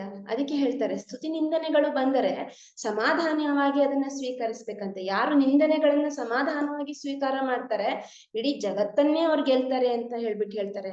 ಇದು ಬಹಳ ಕಷ್ಟವಾದಂತಹ ಕೆಲಸ. ಇದನ್ನ ನಾವು ನಮ್ಮ ಜೀವನದಲ್ಲಿ ಅಳವಡಿಸ್ಕೊಳ್ಳೋಕೆ ನನ್ನನ್ನು ಸೇರಿಸಿ ನಾವೆಲ್ಲರೂ ಮಾಸ್ಟರ್ಸ್ ಈ ಒಂದು ಅಂಶಗಳನ್ನ ಗೀತೆಯಲ್ಲಿ ಏನ್ ಹೇಳ್ತಾರೆ, ಇದೆಲ್ಲ ಅಂಶಗಳನ್ನ ನಾವು ಅಳವಡಿಸ್ಕೊಳ್ಳೋಣ. ಸೊ ಹಾಗಾಗಿ ಯಾರಾದ್ರೂ ನಮ್ಮನ್ನ ಹಂಗಿಸಿದಾಗ ನಮ್ಮ ಆತ್ಮಸ್ಥೈರ್ಯವನ್ನ ಅವ್ರು ಕೆರಳಿಸ್ತಿದ್ದಾರೆ ಎಂದಾಗ ನಾವ್ ಅನ್ಕೋಬೇಕಂತೆ ಅಲ್ವಾ, ಅವ್ರದ್ದು ಎಷ್ಟೊಂದು ಕೆಲಸ ಬಿಟ್ಟು ನಮ್ ಬಗ್ಗೆ ಮಾತಾಡ್ತಿದ್ದಾರೆ, ನಮ್ಮನ್ನ ಅವ್ರು ನೆನ್ಪು ಮಾಡ್ಕೊಳ್ತಿದ್ದಾರೆ, ನಮ್ಮನ್ನ ಅವ್ರು ಹಂಗಿಸ್ತಿದ್ದಾರೆ ಅಂದ್ರೆ ಅವ್ರ ಮಟ್ಟಿಗೆ ನಾವು VIP ಅಂತಾನೆ ನಾವ್ ಅನ್ಕೋಬೇಕು. ವೆರಿ ಇಂಪಾರ್ಟೆಂಟ್ ಪರ್ಸನ್ಸ್ ಆಗಿರ್ತೀವಿ ನಾವು ಅವರಿಗೆ. ಹಾಗಾಗಿ ನಾವು ತಿರುಗ್ಸೋರಿಗೆ ಏನು ರಿಯಾಕ್ಟ್ ಮಾಡಕ್ ಹೋಗ್ಬಾರ್ದು. ಅದೇ ತರ ಇಲ್ಲಿ ಸೂತ ಪುತ್ರ ಅಂತ ಕಾಳಜಿ ಇದ್ದಿದ್ರೆ ನೀನ್ ಹೀಗ್ ಮಾಡ್ತಿದ್ದೆ.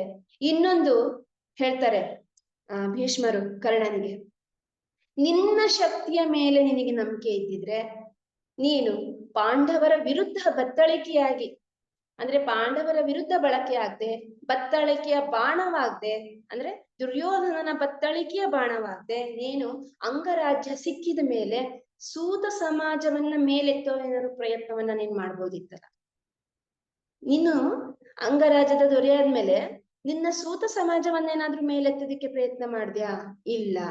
ಅವನ ಸ್ನೇಹದಲ್ಲೇ ನೀನೇನ್ ಮಾಡ್ದೆ, ಅವನ ಜೊತೆಗೆ ಅವನೆಲ್ಲಾ ಕರ್ಮಕಾಂಡಗಳಲ್ಲೂ ಅವನ ಜೊತೆಗೆ ಇದ್ದು ಬಿಟ್ಟೆ ಅಂತ ಹೇಳ್ಬಿಟ್ಟು ಎಷ್ಟು ಚೆನ್ನಾಗಿ ಕರ್ಣನ ಒಂದು ದೌರ್ಬಲ್ಯದ ಬಗ್ಗೆ ಭೀಷ್ಮರು ಹೇಳ್ತಾ ಇದ್ದಾರೆ. ಅವ್ರ ಪ್ರಯತ್ನ ಏನಾಗಿದೆ, ಮೊದಲಿನಿಂದಲೂ ಕರ್ಣನಿಗೆ ತಿದ್ದೋದಾಗಿತ್ತು, ಅಂತಿಮ ಕ್ಷಣದಲ್ಲೂ ಕೂಡ ಕರ್ಣನಿಗೆ ತಿದ್ದಿ ಪಾಂಡವರ ಬಗ್ಗೆ ತಿಳಿಸಿ ಹೇಳ್ಬೇಕು, ಧರ್ಮ ಯುದ್ಧಕ್ಕೆ ಅವನಿಗೆ ಧರ್ಮದ ಜೊತೆ ಕೈ ಕೊಡಕ್ಕೆ ಹೇಳ್ಬೇಕು ಅಂತ ಹೇಳ್ಬಿಟ್ಟು ಪ್ರಯತ್ನ ಪಡ್ತಾರೆ. ಆದ್ರೆ ಏನ್ ಮಾಡಿದ್ರು ಕರ್ಣ ಇಲ್ಲಿ ಅವನ ಸ್ನೇಹವನ್ನ ಬಿಟ್ಕೊಳ್ಳೋದಿಕ್ಕೆ ರೆಡಿ ಇರೋದಿಲ್ಲ. ಹಾಗಂತ ಇಲ್ಲಿ ಇನ್ನೊಂದು ಅಂಶವನ್ನ ನಾವು ನೋಡ್ಬೋದು. ಅಂದ್ರೆ ಕರ್ಣ ಮತ್ತು ದುರ್ಯೋಧನರ ಫ್ರೆಂಡ್ಶಿಪ್ ಹೇಗಿತ್ತಪ್ಪ ಸ್ನೇಹ, ಎಂತ ಸ್ನೇಹವನ್ನ ಕೊಟ್ಟ ನೋಡಿ ಕರ್ಣ ದುರ್ಯೋಧನನಿಗೆ. ಗೊತ್ತಿದೆ, ಹೇಳ್ತಾ ಇದ್ದಾರೆ ಭೀಷ್ಮರು, ಸಾಕ್ಷಾತ್ ಭಗವಂತನೇ ಅವ್ರ ಜೊತೆ ಇದ್ದಾನೆ. ಯಾಕಂತಂದ್ರೆ ಧರ್ಮೋ ರಕ್ಷಿತಿ ರಕ್ಷಿತಃ ಅಂತ ಹೇಳ್ಬಿಟ್ಟು ಹೇಳ್ತಾ ಇದ್ದಾರೆ. ಧರ್ಮಕ್ಕೆ ಅಲ್ಲಿ ಶ್ರೀಕೃಷ್ಣನ ಸಾರಥ್ಯ ಇದೆ, ಬೆಂಬಲ ಇದೆ. ಯಾವ ಕಾರಣಕ್ಕೂ ನೀನು ಪಾಂಡವರ ವಿರುದ್ಧ ಗೆಲ್ಲೋಕ್ಕಾಗಲ್ಲ ಅನ್ನೋಂತಹ ಸತ್ಯ ಗೊತ್ತಿದ್ರು ಕೂಡ ಸ್ನೇಹವನ್ನ ಬಿಟ್ಕೊಡ್ಲಿಲ್ಲ ಕರ್ಣ. ನೋಡಿ, ಆ ಸ್ನೇಹ ಅನ್ನೋದು ಹೇಗಿರ್ಬೇಕು, ಇನ್ನೊಂದ್ ಕಡೆ ಈ ಅಂಶವನ್ನು ನಾವು ಗಮನಿಸೋಣ ಅಲ್ವಾ. ಒಂದು ಸ್ನೇಹ ಹೇಗಿರ್ಬೇಕು ಅಂತಂದ್ರೆ ಸುಖದಲ್ಲೂ ಒಂದಾಗಿರ್ಬೇಕು, ದುಃಖದಲ್ಲೂ ಒಂದಾಗಿರ್ಬೇಕು. ಅಂತಹ ಸ್ನೇಹಿತರನ್ನ ನಾವು ಹುಡ್ಕೋಬೇಕು ಮಾಸ್ಟರ್ಸ್. ಒಂದೊಳ್ಳೆ ಮಾತು ಹೇಳ್ತೀನಿ, when pocket is empty friends are 420 ಅಂತ. When pocket is empty friends are 420. ಯಾಕೆ ಅಂತಂದ್ರೆ ಆ ಖಾಲಿ ಜೇಬು ನಮಗೆ ಜೀವನದ ಎಲ್ಲ ಪಾಠವನ್ನ ಕಲಿಸುತ್ತೆ. ಯಾಕಂದ್ರೆ ಹೇಳ್ತಾರೆ ಅರ್ಥಾಹ ಬಹಿಶ್ಚರ ಪ್ರಾಣಾಹ ಅಂತ.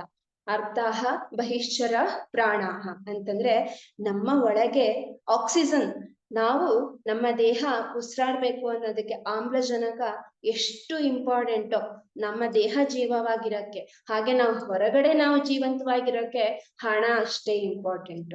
ನಮ್ಮ ದೇಹಕ್ಕೆ ಬೇಕಾಗಿರುವಂತಹ ಅನಿಲ ಆಕ್ಸಿಜನ್, ಹೊರಗಡೆ ನಾವು ಜೀವಂತವಿರೋದಕ್ಕೆ ಬೇಕಾಗಿರುವಂತಹ ಅನಿಲ ದುಡ್ಡು. ಅದಕ್ಕೆ ಹೇಳ್ತಾರೆ ಹಣ ಕಂಡ್ರೆ ಹೆಣನೂ ಬಾಯ್ಬಿಡತ್ತೆ ಅಂತಂದ್ರೆ ಆ ಹಣ ಇಲ್ದವ್ರ ಹತ್ರ ಹೋಗಿ ಕೇಳ್ಬೇಕಂತೆ, ಖಾಲಿ ಜೇಬ್ ನಿನಗೆ ಏನ್ ಪಾಠ ಕಳಿಸ್ತು. ಎಲ್ಲಾ ಇತ್ತು ಅಂತಂದ್ರೆ ಎಲ್ಲರೂ ಎಲ್ಲಾ ಹೋಯ್ತು ಅಂತಂದ್ರೆ ಯಾರೂ ನಮ್ಮವರಲ್ಲ ಅಲ್ವಾ. ನಮ್ಮ ಹತ್ರ ದುಡ್ಡಿತ್ತು ಅಂತಂದ್ರೆ ಎಲ್ಲಾ ನಮ್ಮ ಕೆಲ್ಸಗಳು ಮಾಫಿ ಆಗಿರುತ್ತೆ, ಕೆಟ್ಟ ಕೆಲ್ಸಗಳು ಇಲ್ಲ. ಅದಕ್ಕೆ ಹೇಳ್ತಾರೆ ಬಡವನ ಸಿಟ್ಟು ದವಡೆಗೆ ಮೂಲ ಅಂತ ಹೇಳ್ಬಿಟ್ಟು. ನಾನು ಹೇಳ್ತಿರೋದು ಯಾಕ ಈ ಮಾತನ್ನ ಹೇಳ್ತೀನಿ ಅಂತಂದ್ರೆ, ಫ್ರೆಂಡ್ಸ್ ಸ್ನೇಹ ಅನ್ನೋ ವಿಚಾರಕ್ಕೆ ಹೇಳಿದೆ. ಆ ಸ್ನೇಹ ಅನ್ನೋದು ಹೇಗಿರ್ಬೇಕಪ್ಪ ಅಂತಂದ್ರೆ, ಕಷ್ಟಕ್ಕೆ ಆಗ್ಲಿ ಸುಖಕ್ಕೆ ಆಗ್ಲಿ ನಿಜವಾಗ್ಲೂ ಒಂದು ಒಳ್ಳೆಯ ಒಂದು ಬಾಂಧವ್ಯ ಈ ಜಗತ್ತಿನಲ್ಲಿ ಇದೆ ಅನ್ನೋದು ಎಲ್ಲದಕ್ಕಿಂತ ತಾಯಿ ಮಕ್ಕಳು ಅಥವಾ ಗಂಡ ಹೆಂಡತಿ ಸಹೋದರ ಸಹೋದರಿ ಇದೆಲ್ಲವನ್ನು ಮೀರಿಸುವಂತಹ ಒಂದು ಬಂಧನ ಈ ಜಗತ್ತಲ್ಲಿ ಇದೆ ಅಂತಂದ್ರೆ ಅದು ಸ್ನೇಹ ಬಂಧನ ಆಗಿರ್ಬೇಕು. ಅದು ಸ್ನೇಹ ಬಂಧನನೇ. ಅಂತಹ ಒಂದು ಸ್ನೇಹವನ್ನ ನಾವೀಗ ಚೂಸ್ ಮಾಡ್ಬೇಕು. ನೋಡಿ, ಕರ್ಣ ತನ್ನ ದುರ್ಯೋಧನನಿಗೆ ನಾನ್ ಕಷ್ಟದಲ್ಲಿದ್ದಾಗ ಸಹಾಯ ಮಾಡಿದ್ದಾನೆ ಅಂತ ಹೇಳ್ಬಿಟ್ಟು ಯಾವ ಕಾರಣಕ್ಕೂ ಇಲ್ಲಿ ದುರ್ಯೋಧನನಿಗೆ ಬಿಟ್ಕೊಡ್ತಾ ಇಲ್ಲ. ಎಂತಹ ಸ್ನೇಹಕ್ಕೆ ಅವನು ಭಾಗಿಯಾಗಿದ್ದ ಅಂತ ಹೇಳ್ಬಿಟ್ಟು ಇಲ್ಲಿ ಆ ಒಂದು ಅಂಶವನ್ನ ನಾನು ನಿಮ್ಮ ಮುಂದೆ ತಂದು ಇಡ್ತಾ ಇದ್ದೇನೆ. ಆದ್ರೆ ಇನ್ನೊಂದು ಹೇಳ್ತಾರೆ ಭೀಷ್ಮರು ಕರ್ಣನ ಹತ್ರ ದುರ್ಯೋಧನನ ಬಗ್ಗೆ. ದುರ್ಯೋಧನ ಯಾರ ಮಾತನ್ನೂ ಕೂಡ ಕೇಳಲಿಲ್ಲ, ಯಾರು ಎಷ್ಟು ಹೇಳಿದ್ರು ಕೇಳಲಿಲ್ಲ. ಯಾಕಪ್ಪ ಅಂತಂದ್ರೆ ನಾನ್ ಸೆಷನ್ನಿನ ಆರಂಭದ ಮುಂಚೆ ಒಂದು ಇಂಟ್ರೊಡಕ್ಷರಿ ಸೆಷನ್ ಅನ್ನ ಕೊಟ್ಟಿದ್ದೆ. ಗೀತಾ ಜೀವನದ ಕೈಪಿಡಿ ಈ ಒಂದು ನಾನು ಸೆಷನ್ ಅನ್ನ ನಾನು ನಿಮ್ಮೇಲೆ ಮಾಡ್ಕೊಂಡು ಹೋಗ್ತೀನಿ ಅಂದಾಗ ಅದ್ರಿಂದ ನಮಗೆ ಏನೇನು ಅಂಶಗಳು ಸಿಗ್ಬೋದು ಅಂತ ಲಂಸಮ್ ಆಗಿ ಹೇಳ್ಬೇಕಾದ್ರೆ ಒಂದು ಹಿಂಟ್ಸ್ ಅನ್ನ ನಾನು ಕೊಟ್ಟಿದ್ದೆ. ಯಾವ್ದಪ್ಪ ಅಂತಂದ್ರೆ ಧೃತರಾಷ್ಟ್ರನ ಪುತ್ರ ವ್ಯಾಮೋಹ ಹೇಗಿತ್ತು, ಆ ಗಾಂಧಾರಿಯ ಪುತ್ರ ವ್ಯಾಮೋಹ ಹೇಗಿತ್ತು ಅಂತ ಹೇಳ್ಬಿಟ್ಟು. ಇಲ್ಲಿ ಧೃತರಾಷ್ಟ್ರ ಹುಟ್ಟು ಕುರುಡರಾಗಿದ್ದಾನೆ, ಆದ್ರೆ ಪುತ್ರ ವ್ಯಾಮೋಹ ಹೇಗಿತ್ತಪ್ಪ ಅವನಲ್ಲಿ ಅಂದ್ರೆ ತನ್ನ ಮಗ ತಪ್ಪು ಹೆಜ್ಜೆ ಇಟ್ಟಾಗ ನೋಡಿ, ನಾವು ಪೇರೆಂಟ್ಸ್ ಆಗಿ, ನಾವು ಪೋಷಕರಾಗಿ ನಾನೊಂದ್ ಮಾತನ್ನ ಹೇಳೋದು, ನಮ್ಮ ಮಕ್ಕಳು ಮೊದಲನೆಯ ತಪ್ಪ ಹೆಜ್ಜೆಯನ್ನ ಇಟ್ಟಾಗ it should be punished very severely. ಅಂದ್ರೆ ಸಿವಿಯರ್ಲಿ ಅಂತಂದ್ರೆ ದೇಹಕ್ಕೆ ನೋವಾಗುವ ಹಾಗೆ ಹೇಳ್ತಾ ಇಲ್ಲ ನಾನು, ಮನಸ್ಸಿಗೆ ಏಟು ಬೀಳೋ ಹಂಗೆ ನಾವು ಸಿವಿಯರ್ ಆಗಿ ಪನಿಷ್ಮೆಂಟ್ ಮಾಡ್ಬೇಕು. ಯಾಕೆ ಅಂತಂದ್ರೆ ಬಿಡು, ಇದೊಂದ್ಸತಿ ತಾನೆ, ಫಸ್ಟ್ ಟೈಮ್ ಮಾಡಿದಾನೆ, ನೆಕ್ಸ್ಟ್ ಟೈಮ್ ತಿದ್ದಾಣ ಅಂತಂದ್ರೆ ನೆಕ್ಸ್ಟ್ ಆಗ್ತಾ ಹೋಗುತ್ತೆ. ತಪ್ಪು ಮೇಲೆ ತಪ್ಪು ಮಾಡ್ತಾ ಅದು ಅನ್ಕಂಟ್ರೋಲಬಲ್ ಆಗತ್ತೆ. ನಾವು ಮೊದಲನ ತಪ್ಪಿಗೆ ಹೆಜ್ಜೆಗೆ ನಾವು ಅವ್ರಿಗೆ ಹೇಗೆ ಶಿಕ್ಷೆ ಮಾಡ್ಬೇಕಂದ್ರೆ ಎರಡನೆಯ ತಪ್ಪಿನ ಹೆಜ್ಜೆಯನ್ನ ಅವ್ರು ಇಡ್ಬೇಕಾದ್ರೆ ಯೋಚನೆ ಮಾಡ್ಬೇಕಂತ, ನಾನು ಇಡ್ಬೇಕೋ ಬೇಡವೋ ಅಂತ. ಆ ತರ ನಾವು ಪೇರೆಂಟ್ಸ್ ಅವರಿಗೆ ತಿಳಿ ಹೇಳ್ಬೇಕು, ಯಾರಿಗೆ, ಮಕ್ಕಳಿಗೆ. ಆದ್ರೆ ಇಲ್ಲೇನ್ ಮಾಡಿದ್ರು, ಈ ಧೃತರಾಷ್ಟ್ರ ಗಾಂಧಾರಿಗೆ ಎಷ್ಟು ಪುತ್ರ ವ್ಯಾಮೋಹ ಇತ್ತು ಅಂತಂದ್ರೆ ಆತ ಬಾಲ್ಯದಲ್ಲಿಯೇ ಎಷ್ಟು ಪಾಂಡವರಿಗೆ ತೊಂದರೆಯನ್ನ ಕೊಡ್ತಾನೆ, ಅದನ್ನ ಕೂಡ ತಿದ್ದುವಂತಹ ಒಂದು ಕೆಲಸಕ್ಕೆ ಕೈ ಹಾಕಲ್ಲ ಅಂತ ಕೆಟ್ಟ ಪುತ್ರ ವ್ಯಾಮೋಹ ಇತ್ತು. ಹೆತ್ತವರಿಗೆ ಹೆಗ್ಗಣವೇ ಮುದ್ದು ಅಂತ ಹೇಳ್ತೀವಿ ಅಲ್ವಾ, ಅದು ಧೃತರಾಷ್ಟ್ರ ಮತ್ತು ದುರ್ಯೋಧನರ ವಿಷಯದಲ್ಲಿ ಒಂದು ಇದಾಯ್ತು, ಏನಾಯ್ತು, ಸಾಬೀತಾಯ್ತು. ಆಮೇಲೆ ಮಾಸ್ಟರ್ಸ್, ನಾನ್ ನಿಮಗೊಂದು ವಿಚಾರನ ಹೇಳ್ತೀನಿ ನೋಡಿ. ಈ ಕೌರವರು ಹೀಗೆ ಅಂತೆಲ್ಲ ಹೇಳ್ತೀರಲ್ಲ, 100 ಜನ 101 ಜನ ಎಲ್ಲ, ಅದ್ರಲ್ಲಿ ಒಬ್ಬ ನೋಡಿ 100 ಜನದಲ್ಲೂ ಇನ್ನೂ ಒಬ್ಬ 101 ಒಬ್ಬ ಇರ್ತಾರೆ, ಪರವಾಗಿಲ್ಲ, ಇವ್ರ ತರ ಪಾಪ ಕೆಲಸಗಳಿಗೆಲ್ಲ ಭಾಗಿಯಾಗಲ್ಲ. ಆತನ ಬಗ್ಗೆ ನಾನು ಮುಂದೆ ಹೇಳ್ತಾ ಹೋಗ್ತೀನಿ, ಹಾಗೆ ಇರ್ಲಿ ಸಸ್ಪೆನ್ಸ್ ನಿಮ್ಮಲ್ಲಿ. 100 ಜನಕ್ಕೆ ಡೆಲಿವರಿ ಆಯ್ತಾ ಗಾಂಧಾರಿಗೆ? ಅಷ್ಟು ಮಕ್ಕಳನ್ನ ಹೇರೋಕ್ ಸಾಧ್ಯನಾ? ಮಾಸ್ಟರ್ಸ್, ಯಾವಾಗ್ಲೂ ನಿಮಗೆ ಈ ಒಂದು ಕ್ವಶನ್ ನಿಮ್ಮ ಮುಂದೆ ಬರ್ಲಿಲ್ವಾ? 100 ಜನ ಹೇಗ್ ಅಂದ್ರೆ 100 ಜನಕ್ಕೆ ಅಷ್ಟೊಂದು ಜನ್ಮ ಕೊಡಕ್ ಆಗತ್ತ? ನೋಡಿ, ಇಲ್ಲಿ ಸೈನ್ಸ್ ಎಷ್ಟು ಮುಂದಿತ್ತು ಅಂತ ಹೇಳ್ಬಿಟ್ಟು okay madam, Shaila madam, okay. ನೋಡಿ, ಇಲ್ಲಿ ಸೈನ್ಸ್ ಹೆಂಗೆ ಮುಂದಿತ್ತು ಅಂತ ಹೇಳ್ಬಿಟ್ಟು, ಈಗ ಮೇಘದೂತದಲ್ಲಿ ಇದು ಹೇಳ್ಬೋದು ನೀವು, ದುಷ್ಯಂತ ಶಕುಂತಲೆ ಮೇಘದೂತದಲ್ಲಿ, ಅಂದ್ರೆ ಆ ಒಂದು ಡ್ರಾಮಾ, ಆ ಒಂದು ಅದ್ಭುತವಾದ ಪ್ರೇಮ ನಾಟಕ ಅದು. ಅದ್ರಲ್ಲಿ ಹೇಳ್ತಾರೆ, ಆ ಮೇಘ ಅಂದ್ರೆ ಮೋಡಗಳ ಮೂಲಕ ಪ್ರೇಮ ಸಂದೇಶವನ್ನ ಕಳಿಸಿದ್ರು ಅಂತ. ಅಂದ್ರೆ ಕಮ್ಯುನಿಕೇಶನ್ ಎಷ್ಟು ಫಾಸ್ಟ್ ಆಗಿತ್ತು. ನಾವ್ ಅನ್ಕೊಳ್ತೀವಿ ಸೈನ್ಸ್ ಇವಾಗ ಎಷ್ಟು ಮುಂದುವರೆದಿದೆ ಅಲ್ವಾ ಅಂತ ನಾವ್ ಯೋಚನೆ ಮಾಡ್ತೀವಿ. ಇದ್ರಗಿಂತನೂ ಬಹಳ ವರ್ಷ ಹಳೆ, ಸಾವಿರಾರು ವರ್ಷಗಳ ಹಿಂದೆನೆ ವಿಜ್ಞಾನ ಬಹಳಷ್ಟು ಮುಂದಿತ್ತು. ಆದ್ರೆ ವಿಜ್ಞಾನದ ಸದ್ಬಳಕೆಯಲ್ಲಿ ಆಗ್ತಾ ಇತ್ತು. ಇಲ್ಲಿ ಏನ್ ಮಾಡ್ತಾ ಇದೀವಿ, science can't solve one problem without creating 10 more problems ಅನ್ನೋ ತರ ಆಗ್ಬಿಟ್ಟಿದೆ. ಅಂದ್ರೆ ಇವತ್ತು ವಿಜ್ಞಾನ ಒಂದು ಸಮಸ್ಯೆಯನ್ನ ಬಗೆಹರಿಸಕ್ ಹೋಗಿ 10 ಸಮಸ್ಯೆಗಳನ್ನ ನಾವು ಸೃಷ್ಟಿ ಮಾಡ್ತಾ ಇದ್ದೀವಿ. ತುಂಬಾ ನಾವು ಜಾಣರು ಅನ್ನುವಂತಹ ಭ್ರಮೆಯಲ್ಲಿ ನಾವಿದೀವಿ. ಆದ್ರೆ ನೋಡಿ, ಬಹಳ ಹಿಂದೆನೆ ಈ ಸೈಂಟಿಫಿಕ್ ಆಗಿ ಅವರೆಲ್ಲ ಎಷ್ಟು ಮುಂದಿದ್ರು ಅನ್ನೋದು ನಮಗೆ ಗೊತ್ತಾಗತ್ತೆ. ಇಲ್ಲಿ ಧೃತರಾಷ್ಟ್ರ ಹುಟ್ಟು ಕುರುಡ, ತನ್ನ ಪತ್ನಿ ಗಾಂಧಾರಿ ಗರ್ಭವತಿ ಆಗಿದ್ದಾಳೆ ಅಂತ ತಿಳ್ಕೊಂಡ ತಕ್ಷಣ ಏನಾಗತ್ತೆ, ಅದು ತುಂಬಾ ಖುಷಿ ಆಗ್ಬಿಡತ್ತೆ ಅವ್ರಿಗೆ. ನನ್ನ ಹೆಂಡತಿ ಗರ್ಭ ಧರಿಸಿದಾಳೆ, ನನ್ನ ನೆಕ್ಸ್ಟ್ ಆ ಒಂದು ಸಿಂಹಾಸನಕ್ಕೆ ಒಂದು ಯುವರಾಜರು ಸಿಗ್ತಾರೆ ಅಂತ ಹೇಳ್ಬಿಟ್ಟು. ಆದ್ರೆ ಇಲ್ಲೇನಾಗತ್ತೆ, ಕಾಡಿನಲ್ಲಿ ಕುಂತಿ ಮಾದ್ರಿ ಮತ್ತೆ ಪಾಂಡವರ ವಾಸ ಇದ್ದಾಗ ಅಲ್ಲಿ ಕುಂತಿ ಮಾತೆಗೆ ಪುತ್ರರ ಒಂದು ಜನನ ಆಯ್ತು. ಅಂದ್ರೆ ಅದು ಕೂಡ ಒಂದು ರೋಚಕ ಕಥೆನೆ. ಅಂದ್ರೆ ಅವರ ದೇಹದಿಂದ, ಅವರ ದೈಹಿಕ ಇದರಿಂದ ಅದು ಆಗಿದ್ದಂಥದ್ದಲ್ಲ. ಆ ಒಂದು ಆ ಒಂದು ಸಂದರ್ಭ ಬಂದಾಗ ಅದನ್ನ ನಾವು ವಿಚಾರ ಎತ್ಕೊಳ್ಳೋಣ. ಅವರಿಗೆ ಪುತ್ರರತ್ನರ ಜನನ ಆಯ್ತು ಅಂದ ತಕ್ಷಣ ಇಲ್ಲಿ ಗಾಂಧಾರಿಗೆ ಈರ್ಷ್ಯೆ ಆಗ್ಬಿಡತ್ತೆ. ನೋಡಿ, ಅದು ಪುತ್ರ ವ್ಯಾಮೋಹ ಅನ್ನೋದು ಹೇಗಿತ್ತು, ಆ ಈರ್ಷ್ಯೆ ಆಗ್ಬಿಡುತ್ತೆ. ಅವ್ರೇನ್ ಅನ್ಕೊಳ್ತಾರಪ್ಪ ಅಂತಂದ್ರೆ, ನನ್ನ ಮಕ್ಕಳಿಗೆ ಸಿಂಹಾಸನ ಬರ್ಬೇಕು, ಅವರಿಗೆ ಪುತ್ರ ರತ್ನರು ಜನನ ಆಗ್ಬಿಟ್ರಲ್ಲ ಫಸ್ಟ್ ಕುಂತಿಗೆ ಅಂತ ಹೇಳ್ಬಿಟ್ಟು ತುಂಬಾ ಹೊಟ್ಟೆ ಕಿಚ್ಚು ಮಾಡೋದಕ್ಕೆ ಶುರು ಮಾಡ್ತಾರೆ. ಅಷ್ಟು ಪಿಂಡ ಅಂದ್ರೆ ಅವರ ಗರ್ಭ ಒಡೆದೋಗುತ್ತೆ. ಅವಾಗ ಏನಾಗತ್ತೆ, ಅಷ್ಟು ಪಿಂಡಗಳನ್ನ ಒಂದು ಮಡಿಕೆಯಲ್ಲಿ ಇಟ್ಟು ಆರೈಕೆ ಮಾಡಿ ಅದನ್ನ ಔಷಧೋಪಚಾರ ಮಾಡಿ ಅಲ್ಲಿ 100 ಪಾರ್ಟ್ ಆಗಿ, ಅಂದ್ರೆ ಆ ಒಂದು ಭ್ರೂಣ 100 ಭಾಗಗಳಾಗಿ ಹೋಗುತ್ತೆ ಅಂತ ಹೇಳ್ಬಿಟ್ಟು ಹೇಳ್ತಾರೆ. ಅದಕ್ಕೆ ಔಷಧೋಪಚಾರಗಳನ್ನ ಮಾಡಿ ಅಲ್ಲಿ 101 ಮಕ್ಕಳ ಒಂದು ಜನನಕ್ಕೆ ಕಾರಣ ಆಯ್ತಂದ್ರೆ, ಈಗ ನೀವು ಬಹಳಷ್ಟು ಕೇಳಿರ್ತೀರ, ಟೆಸ್ಟ್ ಟ್ಯೂಬ್ ಬೇಬೀಸ್ ಬಂದಿದೆ, ಬಾಡಿಗೆ ತಾಯಿ ಬಂದಿದೆ, ಈ ತರ ಎಲ್ಲಾ ಸಂತಾನಗಳು ಬಹಳ ಹಿಂದೆನೆ ಇತ್ತು. ಅದನ್ನ ಇನ್ನೂ ತುಂಬಾ ಸೈಂಟಿಫಿಕ್ ಆಗಿ ನಾನು ಎಕ್ಸ್ಪ್ಲೇನ್ ಮಾಡಕ್ ಹೋದ್ರೆ ಸ್ವಲ್ಪ ಸಮಯ ಬೇರೆ ತರ ತಗೊಂಡ್ಬಿಡುತ್ತೆ. ಹಾಗಾಗಿ ನಾನು ಇದನ್ನ ಸಂಕ್ಷಿಪ್ತವಾಗಿ ಹೇಳ್ತಾ ಇದ್ದೀನಿ. ಅಷ್ಟು ಭ್ರೂಣಗಳನ್ನ ಒಂದು ಮಡಿಕೆಯಲ್ಲಿ ಶೇಖರಣೆಯನ್ನ ಮಾಡಿ ಅದಕ್ಕೆ ಔಷಧೋಪಚಾರಗಳಾಗಿ ಅವುಗಳ ಒಂದು ಜನನ ಆಗಿತ್ತು ಅನ್ನೋದನ್ನ ಒಂದು ಸಂಕ್ಷಿಪ್ತವಾಗಿ ನಾನು ನಿಮ್ಮ ಮುಂದೆ ಹೇಳ್ತಾ ಇದ್ದೀನಿ. ಅಂದ್ರೆ ದುರ್ಯೋಧನ ಜನಿಸ್ಬೇಕಾದ್ರೇನೆ ಎಲ್ಲ ಆ ಅರಮನೆಯ ಒಂದು ಪುರೋಹಿತರು ಧೃತರಾಷ್ಟ್ರನಿಗೆ ಹೇಳ್ತಾರೆ, ದಯವಿಟ್ಟು ಈ ಒಂದು ಸಂತಾನವನ್ನ, ಅಂದ್ರೆ ದುರ್ಯೋಧನನ ಈ ಒಂದು ಸಂತಾನವನ್ನ ನೀನು ಅಕ್ಸೆಪ್ಟ್ ಮಾಡ್ಕೋಬೇಡ. ಮುಂದೆ ಇದು ತುಂಬಾನೇ ನಿನ್ನ ಒಂದು ಇಡೀ ಕುರುವಂಶದ ನಾಶಕ್ಕೆ ಇವನು ಕಾರಣ ಆಗ್ತಾನೆ ಅನ್ನುವಂತಹ ವಿಚಾರ ಕುಲ ಪುರೋಹಿತರು ಮೊದಲೇ ತಿಳಿಸಿರ್ತಾರೆ ಧೃತರಾಷ್ಟ್ರ ಗಾಂಧಾರಿಗೆ. ಆದ್ರೆ ಅವ್ರಿಗೆ ಪುತ್ರ ವ್ಯಾಮೋಹ ಎಷ್ಟಿತ್ತು ಅಂತಂದ್ರೆ ಅದನ್ನ ಸರಿ ಮಾಡ್ಕೊಳಕ್ ಪ್ರಯತ್ನನೇ ಪಟ್ಟಿರಲ್ಲ. ಇಲ್ಲಿ ಇನ್ನೊಂದು ಅಂಶವನ್ನ ನಾನು ನಿಮಗೆ ಹೇಳೋದಕ್ಕೆ ಇಷ್ಟ. ಎಲ್ಲರಿಗೂ ಗೊತ್ತಿದೆ ಇದು, ಆದ್ರೂ ಒಂದ್ಸತಿ ನೆನಪು ಮಾಡ್ಕೊಳ್ಳೋಣ. ಈಗ ಅಭಿಮನ್ಯು ಚಕ್ರವ್ಯೂಹವನ್ನ ಭೇದಿಸುವಂತಹ ಕಲೆ ಎಲ್ಲಿ ಕಲ್ತ್ಕೊಂಡ? ತಾಯಿಯ ಗರ್ಭದಲ್ಲಿರುವಾಗೇನೆ ಕಲ್ತ್ಕೊಂಡ. ನೋಡಿ, ಹೆಣ್ಮಕ್ಳು ಒಂದೊಳ್ಳೆ ವಿಚಾರವನ್ನ ನಾವಿಲ್ಲಿ ಯೋಚನೆ ಮಾಡ್ಬೇಕು. ಅಂದ್ರೆ ಗರ್ಭದಲ್ಲಿ ಇರುವಂತಹ ಮಕ್ಕಳು, ನಾವ್ ಯಾವಾಗ ಪ್ರೆಗ್ನೆನ್ಸಿಯಲ್ಲಿ ಇರ್ತೀವಿ, ಹೆಣ್ಮಕ್ಳು ಗರ್ಭಧಾರಣೆ ಮಾಡಿದಾಗ ನಮಗೆ ಮತ್ತು ಮಗುವಿಗೆ, ಗರ್ಭದಲ್ಲಿರುವಂತ ಮಗುವಿಗೆ ಅವಾಗ್ಲೇನೆ ಕನೆಕ್ಟಿವಿಟಿ ಇರುತ್ತೆ. ನಾವೇನ್ ಆಲೋಚನೆ ಮಾಡ್ತೀವಲ್ಲ ಆ ಆಲೋಚನೆ ಎಲ್ಲ ನಮ್ಮ ಮಗುಗೆ ಹೋಗ್ತಾ ಇರುತ್ತೆ. ಹಾಗಾಗಿ ನೋಡಿ, ಅಭಿಮನ್ಯು ಕೂಡ ತಾಯಿಯ ಗರ್ಭದಲ್ಲೇ ಆ ಚಕ್ರವ್ಯೂಹವನ್ನ ಭೇದಿಸಿ ಒಳಗೆ ಹೋಗುವಂತಹ ಕಲೆ ತಿಳ್ಕೊಂಡಿದ್ದ. ಹೊರಗೆ ಬರೋದು ಗೊತ್ತಿರ್ಲಿಲ್ಲ ಆತನಿಗೆ. ಅಂದ್ರೆ ಇದು ನೈಜ ಉದಾಹರಣೆ ಅಲ್ವಾ. ಅದಕ್ಕೆ ಹೇಳ್ತಾರೆ ಮನೇಲಿ ಹಿರಿಯರಿದ್ರೆ, ನೋಡು, ಬಸ್ರೆಂಗ್ಸ್ರು ಒಳ್ಳೊಳ್ಳೆ ಮೂವೀಸ್ನ, ಈಗ ಒಳ್ಳೊಳ್ಳೆ ಪುಸ್ತಕಗಳನ್ನ ನೋಡಿ, ಒಳ್ಳೊಳ್ಳೆ ಮೂವೀಸ್ನ ನೋಡಿ, ದೇವರ ಧ್ಯಾನವನ್ನ ಮಾಡಿ, ಯಾವಾಗ್ಲೂ ಆಂಗ್ಸೈಟಿಗೆ ಒಳಗಾಗ್ಬೇಡಿ, ಪಾಸಿಟಿವ್ ಥಿಂಕಿಂಗ್ ನ ಮಾಡಿ, ಧ್ಯಾನವನ್ನ ಮಾಡಿ.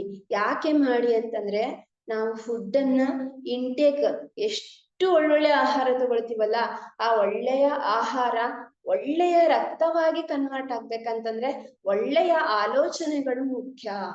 ನೋಡಿ, ಇಲ್ಲಿ ಗಾಂಧಾರಿ ಈರ್ಷ್ಯೆಗೆ ಒಳಪಟ್ಲು. ಅವಳಿಗಾಗಿರುವಂತಹ ಸಂತಾನವೆಲ್ಲ ಈರ್ಷ್ಯೆಗೆ ಒಳಪಟ್ಬಿಟ್ವು. ಅಂದ್ರೆ ಆ ಕೆಟ್ಟ ಬುದ್ಧಿ ಎಲ್ಲ ಅದ್ರೊಳಗೆ ಬಂದ್ಬಿಡ್ತು ಹೊಟ್ಟೆಲಿ ಇದ್ದಂಗೆನೆ, ಆ ಒಂದು ಕನೆಕ್ಟಿವಿಟಿ ಗಾಂಧಾರಿಗೂ ಮಕ್ಕಳಿಗೂ. ಆದ್ರೆ ಇಲ್ಲಿ ಒಳ್ಳೆಯದನ್ನೇ ನಾವು ಬೆಳೆಸಿದಾಗ ಮಕ್ಕಳಿಗೆ ಆ ಒಳ್ಳೆ ದಾರಿಯಲ್ಲೇ ಹೋಗ್ತವೆ. ಅದು ಎಲ್ಲಿಂದ ಶುರು ಆಗ್ಬೇಕು? ತಾಯಿಯ ಗರ್ಭದಿಂದನೇ ಶುರು ಆಗ್ಬೇಕು. ಇನ್ನೊಂದು ನಿಮಗೆ ಸತ್ಯವಾದ ಮಾತು ಗೊತ್ತಾ? ಹೆಣ್ಮಗಳು ಗರ್ಭಿಣಿ ಆಗಿದ್ದಾಳೆ, ಒಂದು ಹೊಸದಾಗಿ ಸೊಸೆನೆ ಮನೆ ಕರ್ಕೊಂಡ್ ಬರ್ತೀರಿ, ಆಕೆ ಗರ್ಭಿಣಿ ಆಗಿದ್ದಾಳೆ, ಅವಳನ್ನ ತುಂಬಾ ಚೆನ್ನಾಗಿ ನೋಡ್ಕೊಳ್ಬೇಕು. ಅಷ್ಟೇ ಕರ್ತವ್ಯ ಆಗಿರಲ್ಲ ಮಾಸ್ಟರ್ಸ್. ನಾನು ಸಾಂದರ್ಭಿಕವಾಗಿ ಈ ವಿಚಾರವನ್ನ ಎತ್ಕೋತಿದ್ದೀನಿ, ದಯವಿಟ್ಟು ತಪ್ಪಿದ್ರೆ ಕ್ಷಮೆ ಇರ್ಲಿ. ಒಂದು ಮಗಳು ಸೊಸೆನ ಅಥವಾ ನಮ್ಮ ಮಕ್ಕಳು ಇನ್ನೊಬ್ರು ಮನೆಗೂ ಹೋದಾಗ ಬಂದ ಕ್ಷಣದಿಂದನೇ ನಾವು ಅವರನ್ನ ಕೇರ್ ಮಾಡ್ಬೇಕು. ಹೇಗೆ ಕೇರ್ ಮಾಡ್ಬೇಕು? ದೈಹಿಕವಾಗಿ ಕೇರ್ ಅಲ್ಲ, ಮಾನಸಿಕವಾಗಿ ಕೇರ್ ಮಾಡ್ಬೇಕು. ಮಾನಸಿಕವಾಗಿ ಅಂತಂದ್ರೆ ಒಳ್ಳೆ ವಿಶ್ವಾಸ ಭರಿತ ಮಾತುಗಳನ್ನ ಆಡೋದ್ರ ಮೂಲಕ ಅವರಿಗೆ ಧೈರ್ಯವನ್ನ ಕೊಟ್ಟು ಹೊಸ ಒಂದು ಪರಿಸರಕ್ಕೆ ಹೊಂದ್ಕೊಂಡು ನಮ್ಮಲ್ಲಿ ಒಬ್ಬರನ್ನಾಗಿ ನಾವು ಅವ್ರನ್ನ ಮಾಡ್ಕೋಬೇಕು. ಅವಾಗ ನಿಧಾನವಾಗಿ ಈ ಏನು ನಾವು ಒಂದು ಸ್ವಿಚ್ ಅನ್ನ, ಒಂದು ಕರೆಂಟ್ ವೈರಿಂಗ್ ನಾವು ಮಾಡ್ತಿರ್ತೀವಲ್ಲ, ಅದೇ ತರ ನಮ್ಮ ಬಾಡಿಯಲ್ಲಿ ಅನೇಕ ವೈರಿಂಗ್ಸ್ ಆಗ್ತಾ ಇರುತ್ತೆ. ಅದೆಲ್ಲ ಆ ಒಂದು ಅದೇ ಕ್ರಿಯೆ ನಡೀತಾ ಇರುತ್ತೆ. ಹೌದು, ನಾನು ಇವ್ರ ಮನೇಲಿ ಒಬ್ಳು, ಇವ್ರು ನನ್ನನ್ನೆಲ್ಲ ಎಷ್ಟು ಪ್ರೀತಿಯಿಂದ ನೋಡ್ಕೊಳ್ತಾರೆ, ನನ್ನ ಈ ಒಂದು ಮನೆಯನ್ನ ಬೆಳಗಿಸ್ಬೇಕಾಗಿರುವಂತಹ ಕರ್ತವ್ಯ ನಂದು ಅಂತ ಹೇಳ್ಬಿಟ್ಟು ಆ ಹೊಸದಾಗಿ ಹೆಣ್ಮಗಳು ಮನೆಗೆ ಕಾಲಿಟ್ಟಿನ ದಿನದಿಂದ ಸ್ಟಾರ್ಟ್ ಆಗ್ಬೇಕು ಈ ಪಾಸಿಟಿವ್ ಫೀಲ್. ಅವಾಗ ಆ ಕಡೆ ಅವಳು ಗರ್ಭ ಧರಿಸುವ ಹೊತ್ತಿಗೆ ಅವಳ ಮೈ ತುಂಬಾ ಬರೀ ಪಾಸಿಟಿವ್ ಎನರ್ಜಿನೇ ಇರುತ್ತೆ. ಅಲ್ವಾ? ಬರೀ ಗರ್ಭ ಧರಿಸಿದಾಗ ಅಲ್ಲ, ಅದಕ್ಕಿಂತ ಮುಂಚೆಯಿಂದನೇ ಕೆಲಸ ಆಗ್ಬೇಕು. ಅಷ್ಟ್ರ ಮೇಲೆ ಏನಾಗತ್ತೆ, ಆ positive place into place is place ಅಂತೀವಲ್ಲ, ಹಾಗೆ ಪಾಸಿಟಿವ್ ಇದ್ದಿದ್ದು ಮಗುನು ಕೂಡ ಪಾಸಿಟಿವ್ ಆಗಿ ಒಳ್ಳೆಯ ಹಾದಿಯಲ್ಲಿ ವಂಶದ ಒಂದು ಉದ್ಧಾರ ಮಾಡುವಂತಹ ಸಂತಾನ ನಮ್ದಾಗತ್ತೆ. ಅಲ್ವಾ? ಬರೀ ಗರ್ಭಧಾರಣೆಯ ಸಮಯದಲ್ಲಿ ಮಾತ್ರ ಅಲ್ಲ, ಒಬ್ಳು ಹೆಣ್ಮಗಳು ಮನೆಗ್ ಬಂದ್ಲು ಅಲ್ಲಿಂದನೂ ನಮ್ಮ ಕರ್ತವ್ಯ ಆರಂಭ. ದಯವಿಟ್ಟು ನಾವು ಇದನ್ನ ತಂದೆ ತಾಯಿಗಳೇನಿದೀವಿ ಇದನ್ನ ದಯವಿಟ್ಟು ಈ ಅಂಶವನ್ನ ನೆನ್ಪಿಟ್ಕೊಳ್ಳೋಣ ಮಾಸ್ಟರ್ಸ್. ತಪ್ಪಾಗಿದ್ರೆ ದಯವಿಟ್ಟು ಕ್ಷಮೆ ಇರ್ಲಿ. ಸೊ ಇಲ್ಲಿ ಅದನ್ನೇ ಹೇಳುವಂಥದ್ದು, ಒಳ್ಳೆಯ ಒಂದು ಪುತ್ರ. ನಾನು ಆರಂಭ ಸೆಷನ್ ಅಲ್ಲಿ ಒಂದು ಮಾತು ಹೇಳಿದ್ದೆ ನಿಮಗೆ, ಬಹಳಷ್ಟು ಸ್ವರ್ಗದಲ್ಲಿರೋ ಸಿಂಹಾಸನದ ಉದಾಹರಣೆಯನ್ನ ಕೊಟ್ಟಾಗ ಹೇಳಿದ್ದೆ. ಇನ್ನೊಮ್ಮೆ ನಾನು ಈ ಭೀಷ್ಮರ ಒಂದು ಕಥೆಯಲ್ಲಿ ದುರ್ಯೋಧನನ ಪಾತ್ರ ಬಂತು, ಪುತ್ರ ವ್ಯಾಮೋಹದ ಬಂತು ಅಂತ ಹೇಳ್ಬಿಟ್ಟು ನಾನು ಮತ್ತೆ ಅದನ್ನ ನೆನ್ಸ್ಕೊಳಕ್ ಇಷ್ಟಪಡ್ತೀನಿ. ನೆಕ್ಸ್ಟ್ ನಾವು ಬೇರೆ ಸೆಷನ್ ಅಲ್ಲಿ ಬೇರೆ ಒಂದು ಪಾತ್ರದ ಬಗ್ಗೆ ಹೋದಾಗ ಇದು ನೆನ್ಪು ಇನ್ನೊಂದ್ಸತಿ ನಾನು ಮಾಡೋದಿಕ್ಕೆ ಇಷ್ಟಪಡ್ತೀನಿ. ಇದನ್ನ ಹೀಗೆ ಕ್ಯಾರಿ ಮಾಡೋಣ ನಾವು ಪೋಷಕರು. ಎಲ್ಲ ಯುದ್ಧಗಳೆಲ್ಲ ಆದ್ಮೇಲೆ ಪಾಂಡವಾದಿ ಕೌರವಾದಿ ಎಲ್ರೂ ಕೂಡ ಸ್ವರ್ಗಕ್ಕೆ ಹೋದಾಗ, ಅಂದ್ರೆ ನೇರ ನಾನು ಹೇಳಿದ್ದೆ, ಎಲ್ಲರೂ ಕೂಡ ಯುಧಿಷ್ಠಿರ ಧರ್ಮರಾಯನನ್ನ ಬಿಟ್ರೆ ಇನ್ನೆಲ್ಲರಿಗೂ ಸ್ವಲ್ಪ ನರಕ ದರ್ಶನ ಆಗಿರುತ್ತಲ್ಲಿ ಅಂತ. ಸ್ವರ್ಗಕ್ಕೆ ಹೋದಾಗ ಏನಾಗತ್ತೆ, ಅಲ್ಲಿ ಸಿಂಹಾಸನದ ಮೇಲೆ ಯಾರು ಕೂತಿರ್ತಾರೆ, ಸ್ವರ್ಗದ ಸಿಂಹಾಸನದ ಮೇಲೆ ದುರ್ಯೋಧನ ಕೂತಿರ್ತಾನೆ. ಅವಾಗ ಎಲ್ಲರೂ ಕೇಳ್ತಾರೆ, ಇಷ್ಟೆಲ್ಲ ಕೆಟ್ಟ ಕೆಲಸವನ್ನ ದುರ್ಯೋಧನ ಮಾಡಿದ್ರು ಶ್ರೀಕೃಷ್ಣ, ನೀನು ಸ್ವರ್ಗದಲ್ಲಿರುವ ಸಿಂಹಾಸನವನ್ನ ನೀನು ದುರ್ಯೋಧನನಿಗೆ ಕೊಟ್ಟಿದೀಯಲ್ಲ ಅಂತ ಹೇಳ್ಬಿಟ್ಟು. ಅದಕ್ಕೆ ಕೃಷ್ಣ ಒಂದು ಒಳ್ಳೆಯ ಮಾತನ್ನ ಹೇಳ್ತಾರೆ, ಏನಂತ, ನಾನು ಅವನ ಛಲಕ್ಕೆ, ಅವನ ವೀರ ಮರಣಕ್ಕೆ ನನ್ನ ಇದು ಸ್ವರ್ಗದ ಸಿಂಹಾಸನ ಅನ್ನುವಂಥದ್ದು ಕೊಡುಗೆ, ಆದರೆ ನರಕ ಆತನ ತಂದೆ ತಾಯಿಗಳಿಗೆ ನಾನು ಕೊಟ್ಟಿದ್ದೀನಿ ಅಂತ ಹೇಳ್ಬಿಟ್ಟು ಹೇಳ್ತಾರೆ. ಯಾಕೆ ಅಂತಂದ್ರೆ ಈತನನ್ನ ಇಷ್ಟು ಎನರ್ಜಿ, ಇಷ್ಟು ಛಲ, ಇಷ್ಟು ಪರಾಕ್ರಮ ಇರುವಂತಹ ಈ ಒಂದು ಮಗುವನ್ನ ಒಳ್ಳೆಯ ಹಾದಿಯಲ್ಲಿ ಅವರು ಗಾಂಧಾರಿ ಧೃತರಾಷ್ಟ್ರ ಬೆಳೆಸಿದ್ರೆ ಆತನೂ ಒಳ್ಳೆಯವನಾಗ್ತಿದ್ದ. ಹಾಗಾಗಿ ನರಕ ತಂದೆ ತಾಯಿಗಳಿಗೆ ಕೊಟ್ಟಿದ್ದೀನಿ ಅನ್ನುವಂತಹ ಮಾತು. ಯಾವ ವಿಚಾರಕ್ಕೆ ಇದು ಹೇಳಿದೆ ಅಂದ್ರೆ, ಧೃತರಾಷ್ಟ್ರನ ಪುತ್ರ ವ್ಯಾಮೋಹ ಎಷ್ಟು ಕೆಟ್ಟದಾಗಿತ್ತು ಅನ್ನೋದಕ್ಕೆ ಹೇಳ್ಬೇಕಾದ್ರೆ ಈ ಮಾತನ್ನ ಹೇಳಿದೆ. ಇಲ್ಲಿ ಶರಶಯ್ಯಲ್ಲಿ ಮಲಗಿದಂತಹ ಭೀಷ್ಮರು ಹಾಗೆ ಕಣ್ಣನ್ನ ಮುಚ್ತಾರೆ. ಕರ್ಣನೊಟ್ಟಿಗೆ ಮಾತಾಡಿ ಸಾಕಾಗ್ ಹೋಗಿರುತ್ತೆ ಅವರಿಗೆ, ಯಾರಿಗೆ, ಭೀಷ್ಮರಿಗೆ. ಹಾಗೆ ದಾಹ ಆಗ್ತಾ ಇರುತ್ತೆ. ದಾಹ ಆಗ್ಬೇಕಾದ್ರೆ ಅವರ ಮುಂದೆ ಗಂಗಾ ಮಾತೆ ಪ್ರತ್ಯಕ್ಷಳಾಗ್ತಾಳೆ ಅಲ್ವಾ? ನೋಡಿ, ಇಲ್ಲಿ ನೆನ್ಪಿಟ್ಕೊಳ್ಳಿ, ಇದು ನಿಮಗೆ ಯೂಸ್ ಆಗ್ಬೋದು. ಇವರಿಗೆ ಭೀಷ್ಮರಿಗೆ ಗಾಂಗೇಯ ಅಂತ ಹೇಳ್ಬಿಟ್ಟು ಕರೀತಾ ಇದ್ರು. ಹಾಗೆ ಕರ್ಣನಿಗೆ ರಾಧೇಯ ಅಂತ ಹೇಳ್ಬಿಟ್ಟು ಕರೀತಾ ಇದ್ರು. ಯಾಕೆ ಕರ್ಣನಿಗೆ ರಾಧೇಯ ಅಂತ ಕರೆದ್ರು, ಯಾಕ ಹೆಸರು ಬಂತು ಅಂತ ಕರ್ಣನ ಒಂದು ವ್ಯಕ್ತಿತ್ವದ ಬಗ್ಗೆ ಚರ್ಚೆ ಮಾಡ್ಬೇಕಾದ್ರೆ ಎತ್ಕೊಳ್ಳೋಣ. ಭೀಷ್ಮರಿಗೆ ಯಾಕೆ ಗಾಂಗೇಯ ಅಂತ ಕರೆದ್ರು ಅಂತಂದ್ರೆ ಗಂಗಾ ಪುತ್ರ ಭೀಷ್ಮ, ಹಾಗಾಗಿ ಗಾಂಗೇಯ ಅಂತ ಕರೆದ್ರು. ಹಾಗೆ ಬರ್ತಾಳೆ ಗಂಗಾ ಮಾತೆ, ಬಾ ಹೋಗೋಣ ನನ್ ಜೊತೆ ಅಂತ ಹೇಳ್ಬಿಟ್ಟು. ಗಂಗೆ ಮಾತೆ ಎಷ್ಟು ಪಶ್ಚಾತ್ತಾಪ ಪಡ್ತಾಳೆ ಅಂತಂದ್ರೆ, ಭೀಷ್ಮರಿಗೆ ನೋಡಿ ದೇವವ್ರತ, ನಾನು ನಿನ್ನ ತಂದೆ ಶಂತನುವಿನಗೆ ನಿನಗೆ ಒಪ್ಪಿಸ್ಬೇಕಾದ್ರೆ ನಿನಗೊಂದ್ ಮಾತು ಹೇಳ್ದೆ, ನಾನು ನಿನ್ನ ತಂದೆನ್ ಚೆನ್ನಾಗಿ ನೋಡ್ಕೊ ಅಂತ. ಆದ್ರೆ ಇನ್ನೂ ಒಂದ್ ಮಾತು ನಾನು ನಿನ್ ತಂದೆಗೆ ಹೇಳ್ಬೇಕಿತ್ತು, ಮಗನನ್ನೂ ಚೆನ್ನಾಗಿ ನೋಡ್ಕೊ ಅಂತ ಹೇಳ್ಬಿಟ್ಟು. ಆದ್ರೆ ಇಡೀ ಹಸ್ತಿನಾಪುರದ ಸಿಂಹಾಸನಕ್ಕೋಸ್ಕರ ಇಡೀ ನಿನ್ನ ಜೀವವನ್ನೇ ಸವಿಸ್ಬಿಟ್ಟೆ ಅಲ್ಲ ಭೀಷ್ಮ ದೇವವ್ರತ ಅಂತ ಹೇಳ್ಬಿಟ್ಟು ಗಂಗಾ ಮಾತೆ ತುಂಬಾ ಪಶ್ಚಾತ್ತಾಪ ಪಡ್ತಾರೆ. ಗಾಂಗೇಯ ಹೇಳ್ತಾನೆ, ಅಮ್ಮ ನಾನು ಉತ್ತರಾಯಣ ಪುಣ್ಯಕಾಲ ತನಕ ನಾನಿಲ್ಲಿ ಕಾಯ್ಬೇಕು, ಸಾಧ್ಯ ಆದಷ್ಟು ನಾನು ಇದನ್ನ ಪ್ರತಿಯೊಂದು ತಿದ್ದುವಂತಹ, ಇನ್ನು ನಾನು ಮಾಡ್ಬೇಕಾಗಿರುವಂತಹ ಕೆಲಸಗಳು ತುಂಬಾ ಇದೆ ಅಂತ. ನೋಡಿ, ಇಲ್ಲಿ ಇನ್ನೂ ಒಂದು ಮಾತನ್ನ ನಾನು ಹೇಳೋಕ್ ಇಷ್ಟಪಡ್ತೀನಿ. ಒಂದ್ ಸ್ವಲ್ಪ ತಿಂಗಳುಗಳ ಹಿಂದೆ ಎಲ್ಲರೂ ಎಲ್ಲಿಗೆ ಹೋದ್ವಿ, ತೀರ್ಥ ಸ್ನಾನಕ್ಕೆ ಅಂತ ಕುಂಭಮೇಳಕ್ಕೆ ಅಂತ ಹೋದ್ವಿ ಅಲ್ವಾ. ಕುಂಭಮೇಳದಲ್ಲಿ ಹೋಗಿ ಏನ್ ಮಿಂದಿದ್ದು ಎಷ್ಟು ವಿಪರ್ಯಾಸ ಅಂದ್ರೆ ಅಲ್ಲಿ ಭಕ್ತಾದಿಗಳ ಹಾಕಿರುವಂತಹ ಕಾಣಿಕೆ ದುಡ್ಡೇ ಕೋಟಿಗಟ್ಲೆ ಅಂತೆ.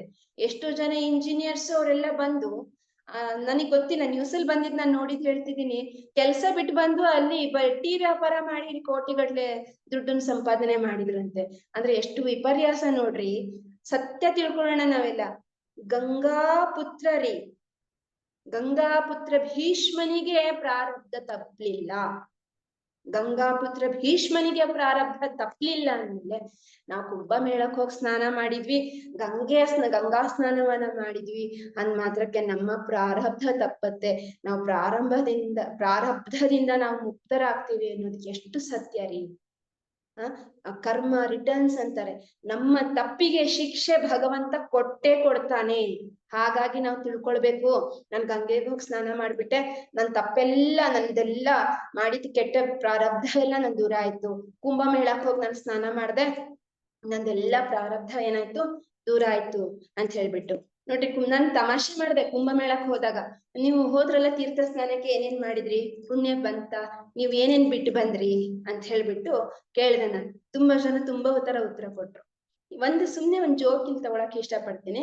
ಹೀಗೆ ಊರಿನ ಒಬ್ಬ ಸಾಧುಗಳು ಕಾಶಿ ಯಾತ್ರೆಗೆ ಹೋಗ್ತಾರಂತೆ. ಕಾಶಿಗೆ ಹೋಗಿ ಅಲ್ಲಿ ಏನ್ ಕೇಳ್ಕೊಳ್ತಾರಂತೆ, ಅಲ್ಲಿ ಹೋದವ್ರು ಏನಾದ್ರು ಬಿಟ್ಟು ಬರ್ಬೇಕು ಅಂತ ಹೇಳ್ಬಿಟ್ಟು ಒಂದು ಪ್ರತೀತಿ. ಅವ್ರು ಸಿಟ್ಟನ್ನ ಬಿಟ್ಟು ಬರ್ತಾರೆ ಸಾಧುಗಳು. ಏನನ್ನ ಬಿಟ್ಟು ಬರ್ತಾರೆ, ಸಿಟ್ಟನ್ನ ಬಿಟ್ಟು ಬರ್ತಾರೆ. ಸರಿ ಆಯ್ತು, ಊರಿಗೆ ಬಂದ್ರು. ಸಾಧುಗಳಿಗೆ ಕೇಳಿದ್ರು, ಸಾಧುಗಳೇ ಎಲ್ಲಿಗೆ ಹೋಗಿದ್ರಿ? ಕಾಶಿಗೆ ಹೋಗಿದ್ದೆ.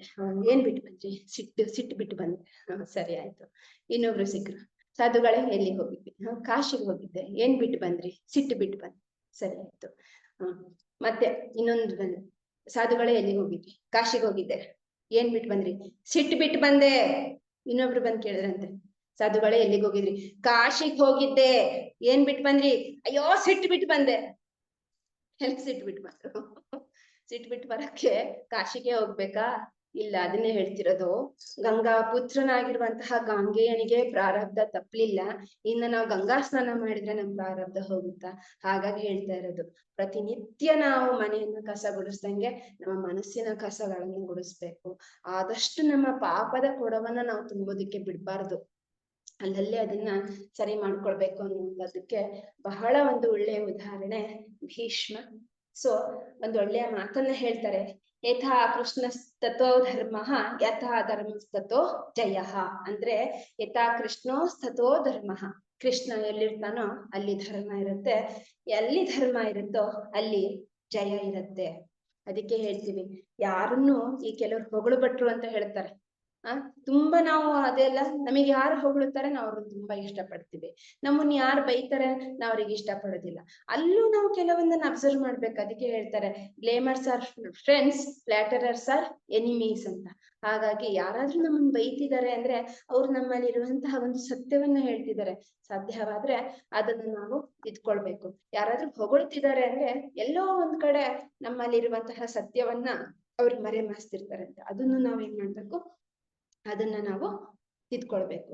ಇನ್ನೊಂದು, ಕೊನೆಗೆ ಶ್ರೀಕೃಷ್ಣರು ಎಲ್ಲಾ ಪಾಂಡವರನ್ನ ಕರ್ಕೊಂಡ್ಬಿಟ್ಟು ಶರಶಯ್ಯಲ್ಲಿ, ಇನ್ನೇನು ಭೀಷ್ಮರು 58 ದಿನಗಳ ಕಾಲ ಶರಶೈಯಲ್ಲಿ ಮಲಗಿದಂತಹ ಭೀಷ್ಮರು ಉತ್ತರಾಯಣ ಪುಣ್ಯಕಾಲಕ್ಕೆ ಕಾಯ್ತಾ ಇನ್ನೇನು ಅವರ ಒಂದು ಆತ್ಮ ಆ ಪರಮಾತ್ಮನಲ್ಲಿ ಲೀನವಾಗುವಂತಹ ಸಮಯ ಬಂದಾಗ ಬೇಗ ಕರ್ಕೊಂಡ್ ಬರ್ತಾರೆ ಕೃಷ್ಣರು. ಬನ್ನಿ, ಅದ್ಭುತವಾದ ಜ್ಞಾನ ಭಂಡಾರವೇ ಭೀಷ್ಮರು. ಅವರಿಂದ ಆ ಅದ್ಭುತವಾದ ಜ್ಞಾನ ಭಂಡಾರವನ್ನ ಸಂಪಾದನೆ ಮಾಡ್ಕೊಂಡ್ ಬರೋಣ ಅಂತ ಹೇಳ್ಬಿಟ್ಟು ಪಾಂಡವರ ಆದಿಗಳನ್ನೆಲ್ಲ ಕರ್ಕೊಂಡ್ ಬಂದಾಗ ಬಹಳಷ್ಟು ಒಳ್ಳೆಯ ಜೀವನದ ಸ್ತೋತ್ರಗಳನ್ನ ಭೀಷ್ಮರು ಧರ್ಮರಾಯನಿಗೆ ಕೊಡ್ತಾ ಹೋಗ್ತಾರೆ. ಅದ್ರಲ್ಲಿ ಇನ್ನೊಂದೇನಪ್ಪಾ ಅಂತಂದ್ರೆ, ನಾವು ಭೀಷ್ಮಾಷ್ಟಮಿ ಅಂತ ಮಾಘ ಮಾಸದ ಶುಕ್ಲ ಪಕ್ಷ ಅಂದ್ರೆ ರಥಸಪ್ತಮಿ ಆದ ನಂತರ ನೆಕ್ಸ್ಟ್ ಡೇ ಮಾಘ ಮಾಸದ ಶುಕ್ಲ ಪಕ್ಷದಲ್ಲಿ ಬಹುಶಃ ಈ ಫೆಬ್ರವರಿ ತಿಂಗಳಲ್ಲಿ ಭೀಷ್ಮಾಷ್ಟಮಿ ಅಂತ ಬರುತ್ತೆ. ಆ ದಿನ ಭೀಷ್ಮರು ಉತ್ತರಾಯಣ ಪುಣ್ಯ ಕಾಲದಲ್ಲಿ ತಮ್ಮ ಒಂದು ದೇಹವನ್ನ ತೊರೆದಂತಹ ದಿನ, ಮರಣಿಯಾದಂತಹ ಭೀಷ್ಮ ದೇಹವನ್ನ ತೊರೆದಂತಹ ದಿನ. ಎಂತಹ ಅದ್ಭುತವಾದ ಜೀವನದ ಸೂತ್ರಗಳನ್ನ ಭೀಷ್ಮರು ಕೊಡ್ತಾರೆ ಅಂತಂದ್ರೆ ಅದ್ರಲ್ಲಿ ಕೆಲವೊಂದನ್ನ ಪ್ರಸ್ತಾಪ ಮಾಡೋದಿಕ್ಕೆ ಇಷ್ಟಪಡ್ತೀನಿ. ಒಂದ್ ಹೇಳ್ತಾರೆ, ಹ್ಯಾವ್ ಸೆಲ್ಫ್ ಕಾನ್ಫಿಡೆನ್ಸ್ ಅಂತ ಹೇಳ್ತಾರೆ. ನಿನ್ನ ಆತ್ಮಶಕ್ತಿಯ ಬಗ್ಗೆ ನಿನಗೆ ಗೌರವ ಇರ್ಲಿ, ನಂಬಿಕೆ ಇರ್ಲಿ.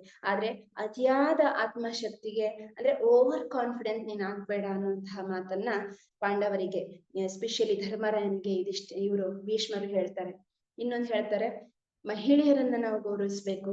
ಅನ್ಯ ಮಹಿಳೆಯರ ಜೊತೆ ಅತಿಯಾದ ಸಲಿಗೆಯನ್ನ ಇಟ್ಕೊಳ್ದೆ, ದುಷ್ಟ ಜನರ ಸಹವಾಸವನ್ನ ಇಟ್ಕೊಳ್ದೆ, ಆಮೇಲೆ ರಾಜನಾಗಿರುವವನು ಯಾವಾಗ್ಲೂ ಅವನ ಯೋಜನೆಯ ಬಗ್ಗೆ ಗುಪ್ತ ಮಾಹಿತಿಯನ್ನ ಕಾಪಾಡ್ಕೊಬೇಕು. ಇಂತಹ ಅನೇಕ ಸೂತ್ರಗಳನ್ನ ಈ ಭೀಷ್ಮರು ಧರ್ಮರಾಯನಿಗೆ ಕೊಡ್ತಾರೆ.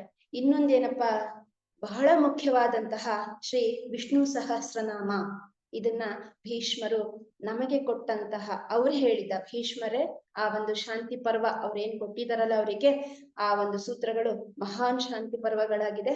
ಅದರಲ್ಲಿ ಮಹತ್ತರವಾದ ಕೊಡುಗೆ ನಮ್ಮ ಸನಾತನ ಧರ್ಮಕ್ಕೆ ಭೀಷ್ಮರು ಕೊಟ್ಟಿದ್ದಂತಹದ್ದು ವಿಷ್ಣು ಸಹಸ್ರನಾಮ. ಒಂದು ಸತಿ ಅರ್ಜುನ ಕೇಳ್ತಾರಂತೆ ಶ್ರೀಕೃಷ್ಣನಿಗೆ, ಶ್ರೀಕೃಷ್ಣ ನಿನಗೆ ತುಂಬಾ ಪ್ರೀತಿ ಪಾತ್ರರಾಗಿರೋರ್ ಜೊತೆ ನೀನ್ ಹೆಂಗ್ ನಡ್ಕೋತೀಯ ಅಂತ. ಶ್ರೀಕೃಷ್ಣ ಹೇಳ್ತಾನಂತೆ, ಕರೋಮಿ ಒಂದು ವಿಚ್ಛೇದಂ ಹರಿಷಿಹ ತತ್ ಧನಂ ಸನಹಿ.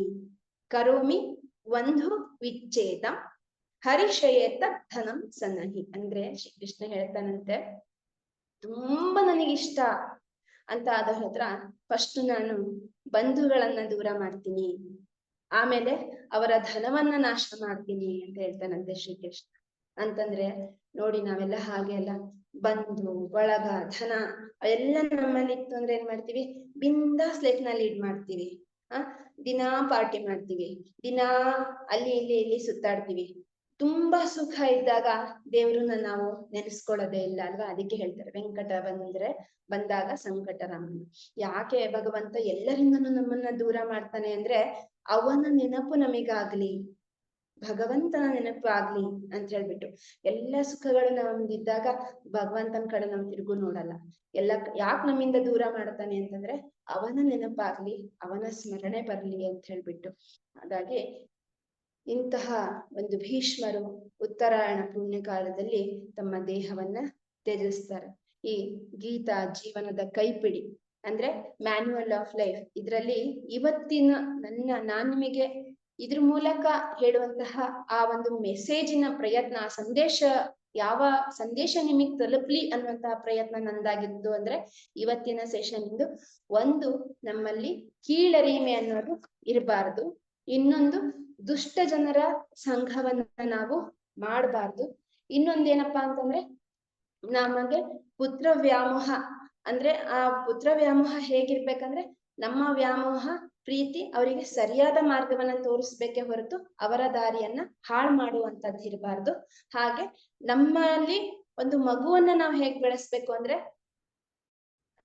ಗರ್ಭಾವಸ್ಥೆಯಲ್ಲೇ ಒಳ್ಳೆಯ ಆಲೋಚನೆಯನ್ನ ಕೊಟ್ಟು ಮಕ್ಕಳಿಗೆ ನಾವು ಶಿಕ್ಷಣವನ್ನ ನಾವು ಕೊಡ್ತಾ ಹೋಗ್ಬೇಕು. ಇದು ಆಮೇಲೆ ಆ ಒಂದು ಸ್ನೇಹವನ್ನ ಉಳಿಸ್ಕೊಳ್ಳೋದಿಕ್ಕೆ ಕರ್ಣನ ಪ್ರಯತ್ನ ಹೇಗಿತ್ತು, ಸ್ನೇಹ ಕೊಟ್ರೆ ಯಾವ ತರ ಸ್ನೇಹವನ್ನ ಕೊಡ್ಬೇಕು, ಇದಿಷ್ಟು ಅಂಶಗಳು ನಾವು ಇವತ್ತು ಗೀತೆಯಿಂದ ತಿಳ್ಕೊಳ್ಬೇಕಾಗಿರ್ತದ್ದು. ಇದನ್ನ ಇಷ್ಟು ಹೇಳಿ, ಮ್ಯಾಮ್ ರಶ್ಮಿ ಮ್ಯಾಮ್, ಮೇಡಮ್ ಸಮಯ ಆಗ್ತಾ ಇದೆಯಾ? ಆಯ್ತು ಮೇಡಮ್, ಇನ್ನೊಂದು 5 ಮಿನಿಟ್ಸ್ ಇದೆ. ಏನಾದ್ರು ಚರ್ಚೆ ಇದ್ರೆ ಮಾಡೋಣ ಇವತ್ತಿನ ಸೆಷನ್ ಬಗ್ಗೆ. ಐ ಥಿಂಕ್ ನನ್ನ ಒಂದು ಅಳಿಲ ಸೇವೆ, ಒಂದು ತೊದಲು ನುಡಿಯ ಪ್ರಯತ್ನ, ಇದು ಸಾಧ್ಯ ಆದಷ್ಟು ನಾನು ನಿಮಗೆ ತಲುಪಿಸುವಂತಹ ಪ್ರಯತ್ನವನ್ನ ನಾನು ಮಾಡಿದ್ದೀನಿ. ಅದನ್ನ ದಯವಿಟ್ಟು ತುಂಬಾ ಖುಷಿಯಿಂದ ಸ್ವೀಕಾರ ಮಾಡಿ ನಮ್ಮ ಜೀವನದಲ್ಲಿ ನಾವು ಅಳವಡಿಸ್ಕೊಳ್ಳುವಂತಹ ಪ್ರಯತ್ನವನ್ನ ನಾವು ಮಾಡೋಣ, ನಾವೆಲ್ಲರೂ ಸೇರಿ ಮಾಡೋಣ ಅಂತ ಹೇಳ್ಬಿಟ್ಟು over to Rashmi. Thank you madam. ಅದ್ಭುತ ಮೇಡಮ್, ಅದ್ಭುತ. ಎಷ್ಟು ಚೆನ್ನಾಗಿತ್ತು ಅಂದ್ರೆ, ಎಷ್ಟೇ ಸಲ ಮಹಾಭಾರತ ನೋಡಿರ್ಬೋದು, ಟಿವಿಲ್ಗೆ ನೋಡಿರ್ಬೋದು, ಅಥವಾ ಬುಕ್ ಏನೇ ಓದಿದ್ರು ಒಂದೊಂದ್ಸಲ ಒಂದೊಂದು ಅದ್ರಲ್ಲಿ ಅರ್ಥ ತಿಳ್ಕೊಂತೀವಿ, ಒಂದೊಂದು ಸಲ ಒಂದೊಂದು ಜ್ಞಾನ ತಿಳ್ಕೊಂತೀವಿ. ಇವತ್ತು ತಿಳ್ಕೊಂಡದಂದ್ರೆ ನಮ್ಮಲ್ಲಿ ಯಾವುದೇ ತರದ ಕೀಳರಿಮೆ ಇರಬಾರ್ದು ಅನ್ನೋದೊಂದು, ಮತ್ತೆ ನಮ್ಮಲ್ಲಿ ಆತ್ಮಗೌರವ ಅನ್ನೋದು ಎಷ್ಟು ಮಟ್ಟಿಗೆ ಇರ್ಬೇಕು ಅನ್ನೋದೊಂದು, ಮತ್ತೆ ಪುತ್ರ ವ್ಯಾಮೋಹದಿಂದ ಎಷ್ಟೆಲ್ಲ ಅನಾಹುತಗಳಾದ್ವು ಅನ್ನೋದು, ಮತ್ತೆ ನಮ್ಮ ಮಕ್ಕಳನ್ನ ನಾವು ಯಾವ ರೀತಿಲಿ ಬೆಳೆಸ್ಬೇಕು, ಅವ್ರನ್ನ ಯಾವ ರೀತಿ ನಾವು ಅವ್ರು ತಪ್ಪು ಒಪ್ಪುಗಳನ್ನ ತಿದ್ದುಪಡಿ ಮಾಡ್ಬೇಕು ಅನ್ನೋದು, ಆಮೇಲೆ ಅದು ಇನ್ನೊಂದು ಹೇಳಿರಲ್ಲ madam, pocket is empty, friends is 420.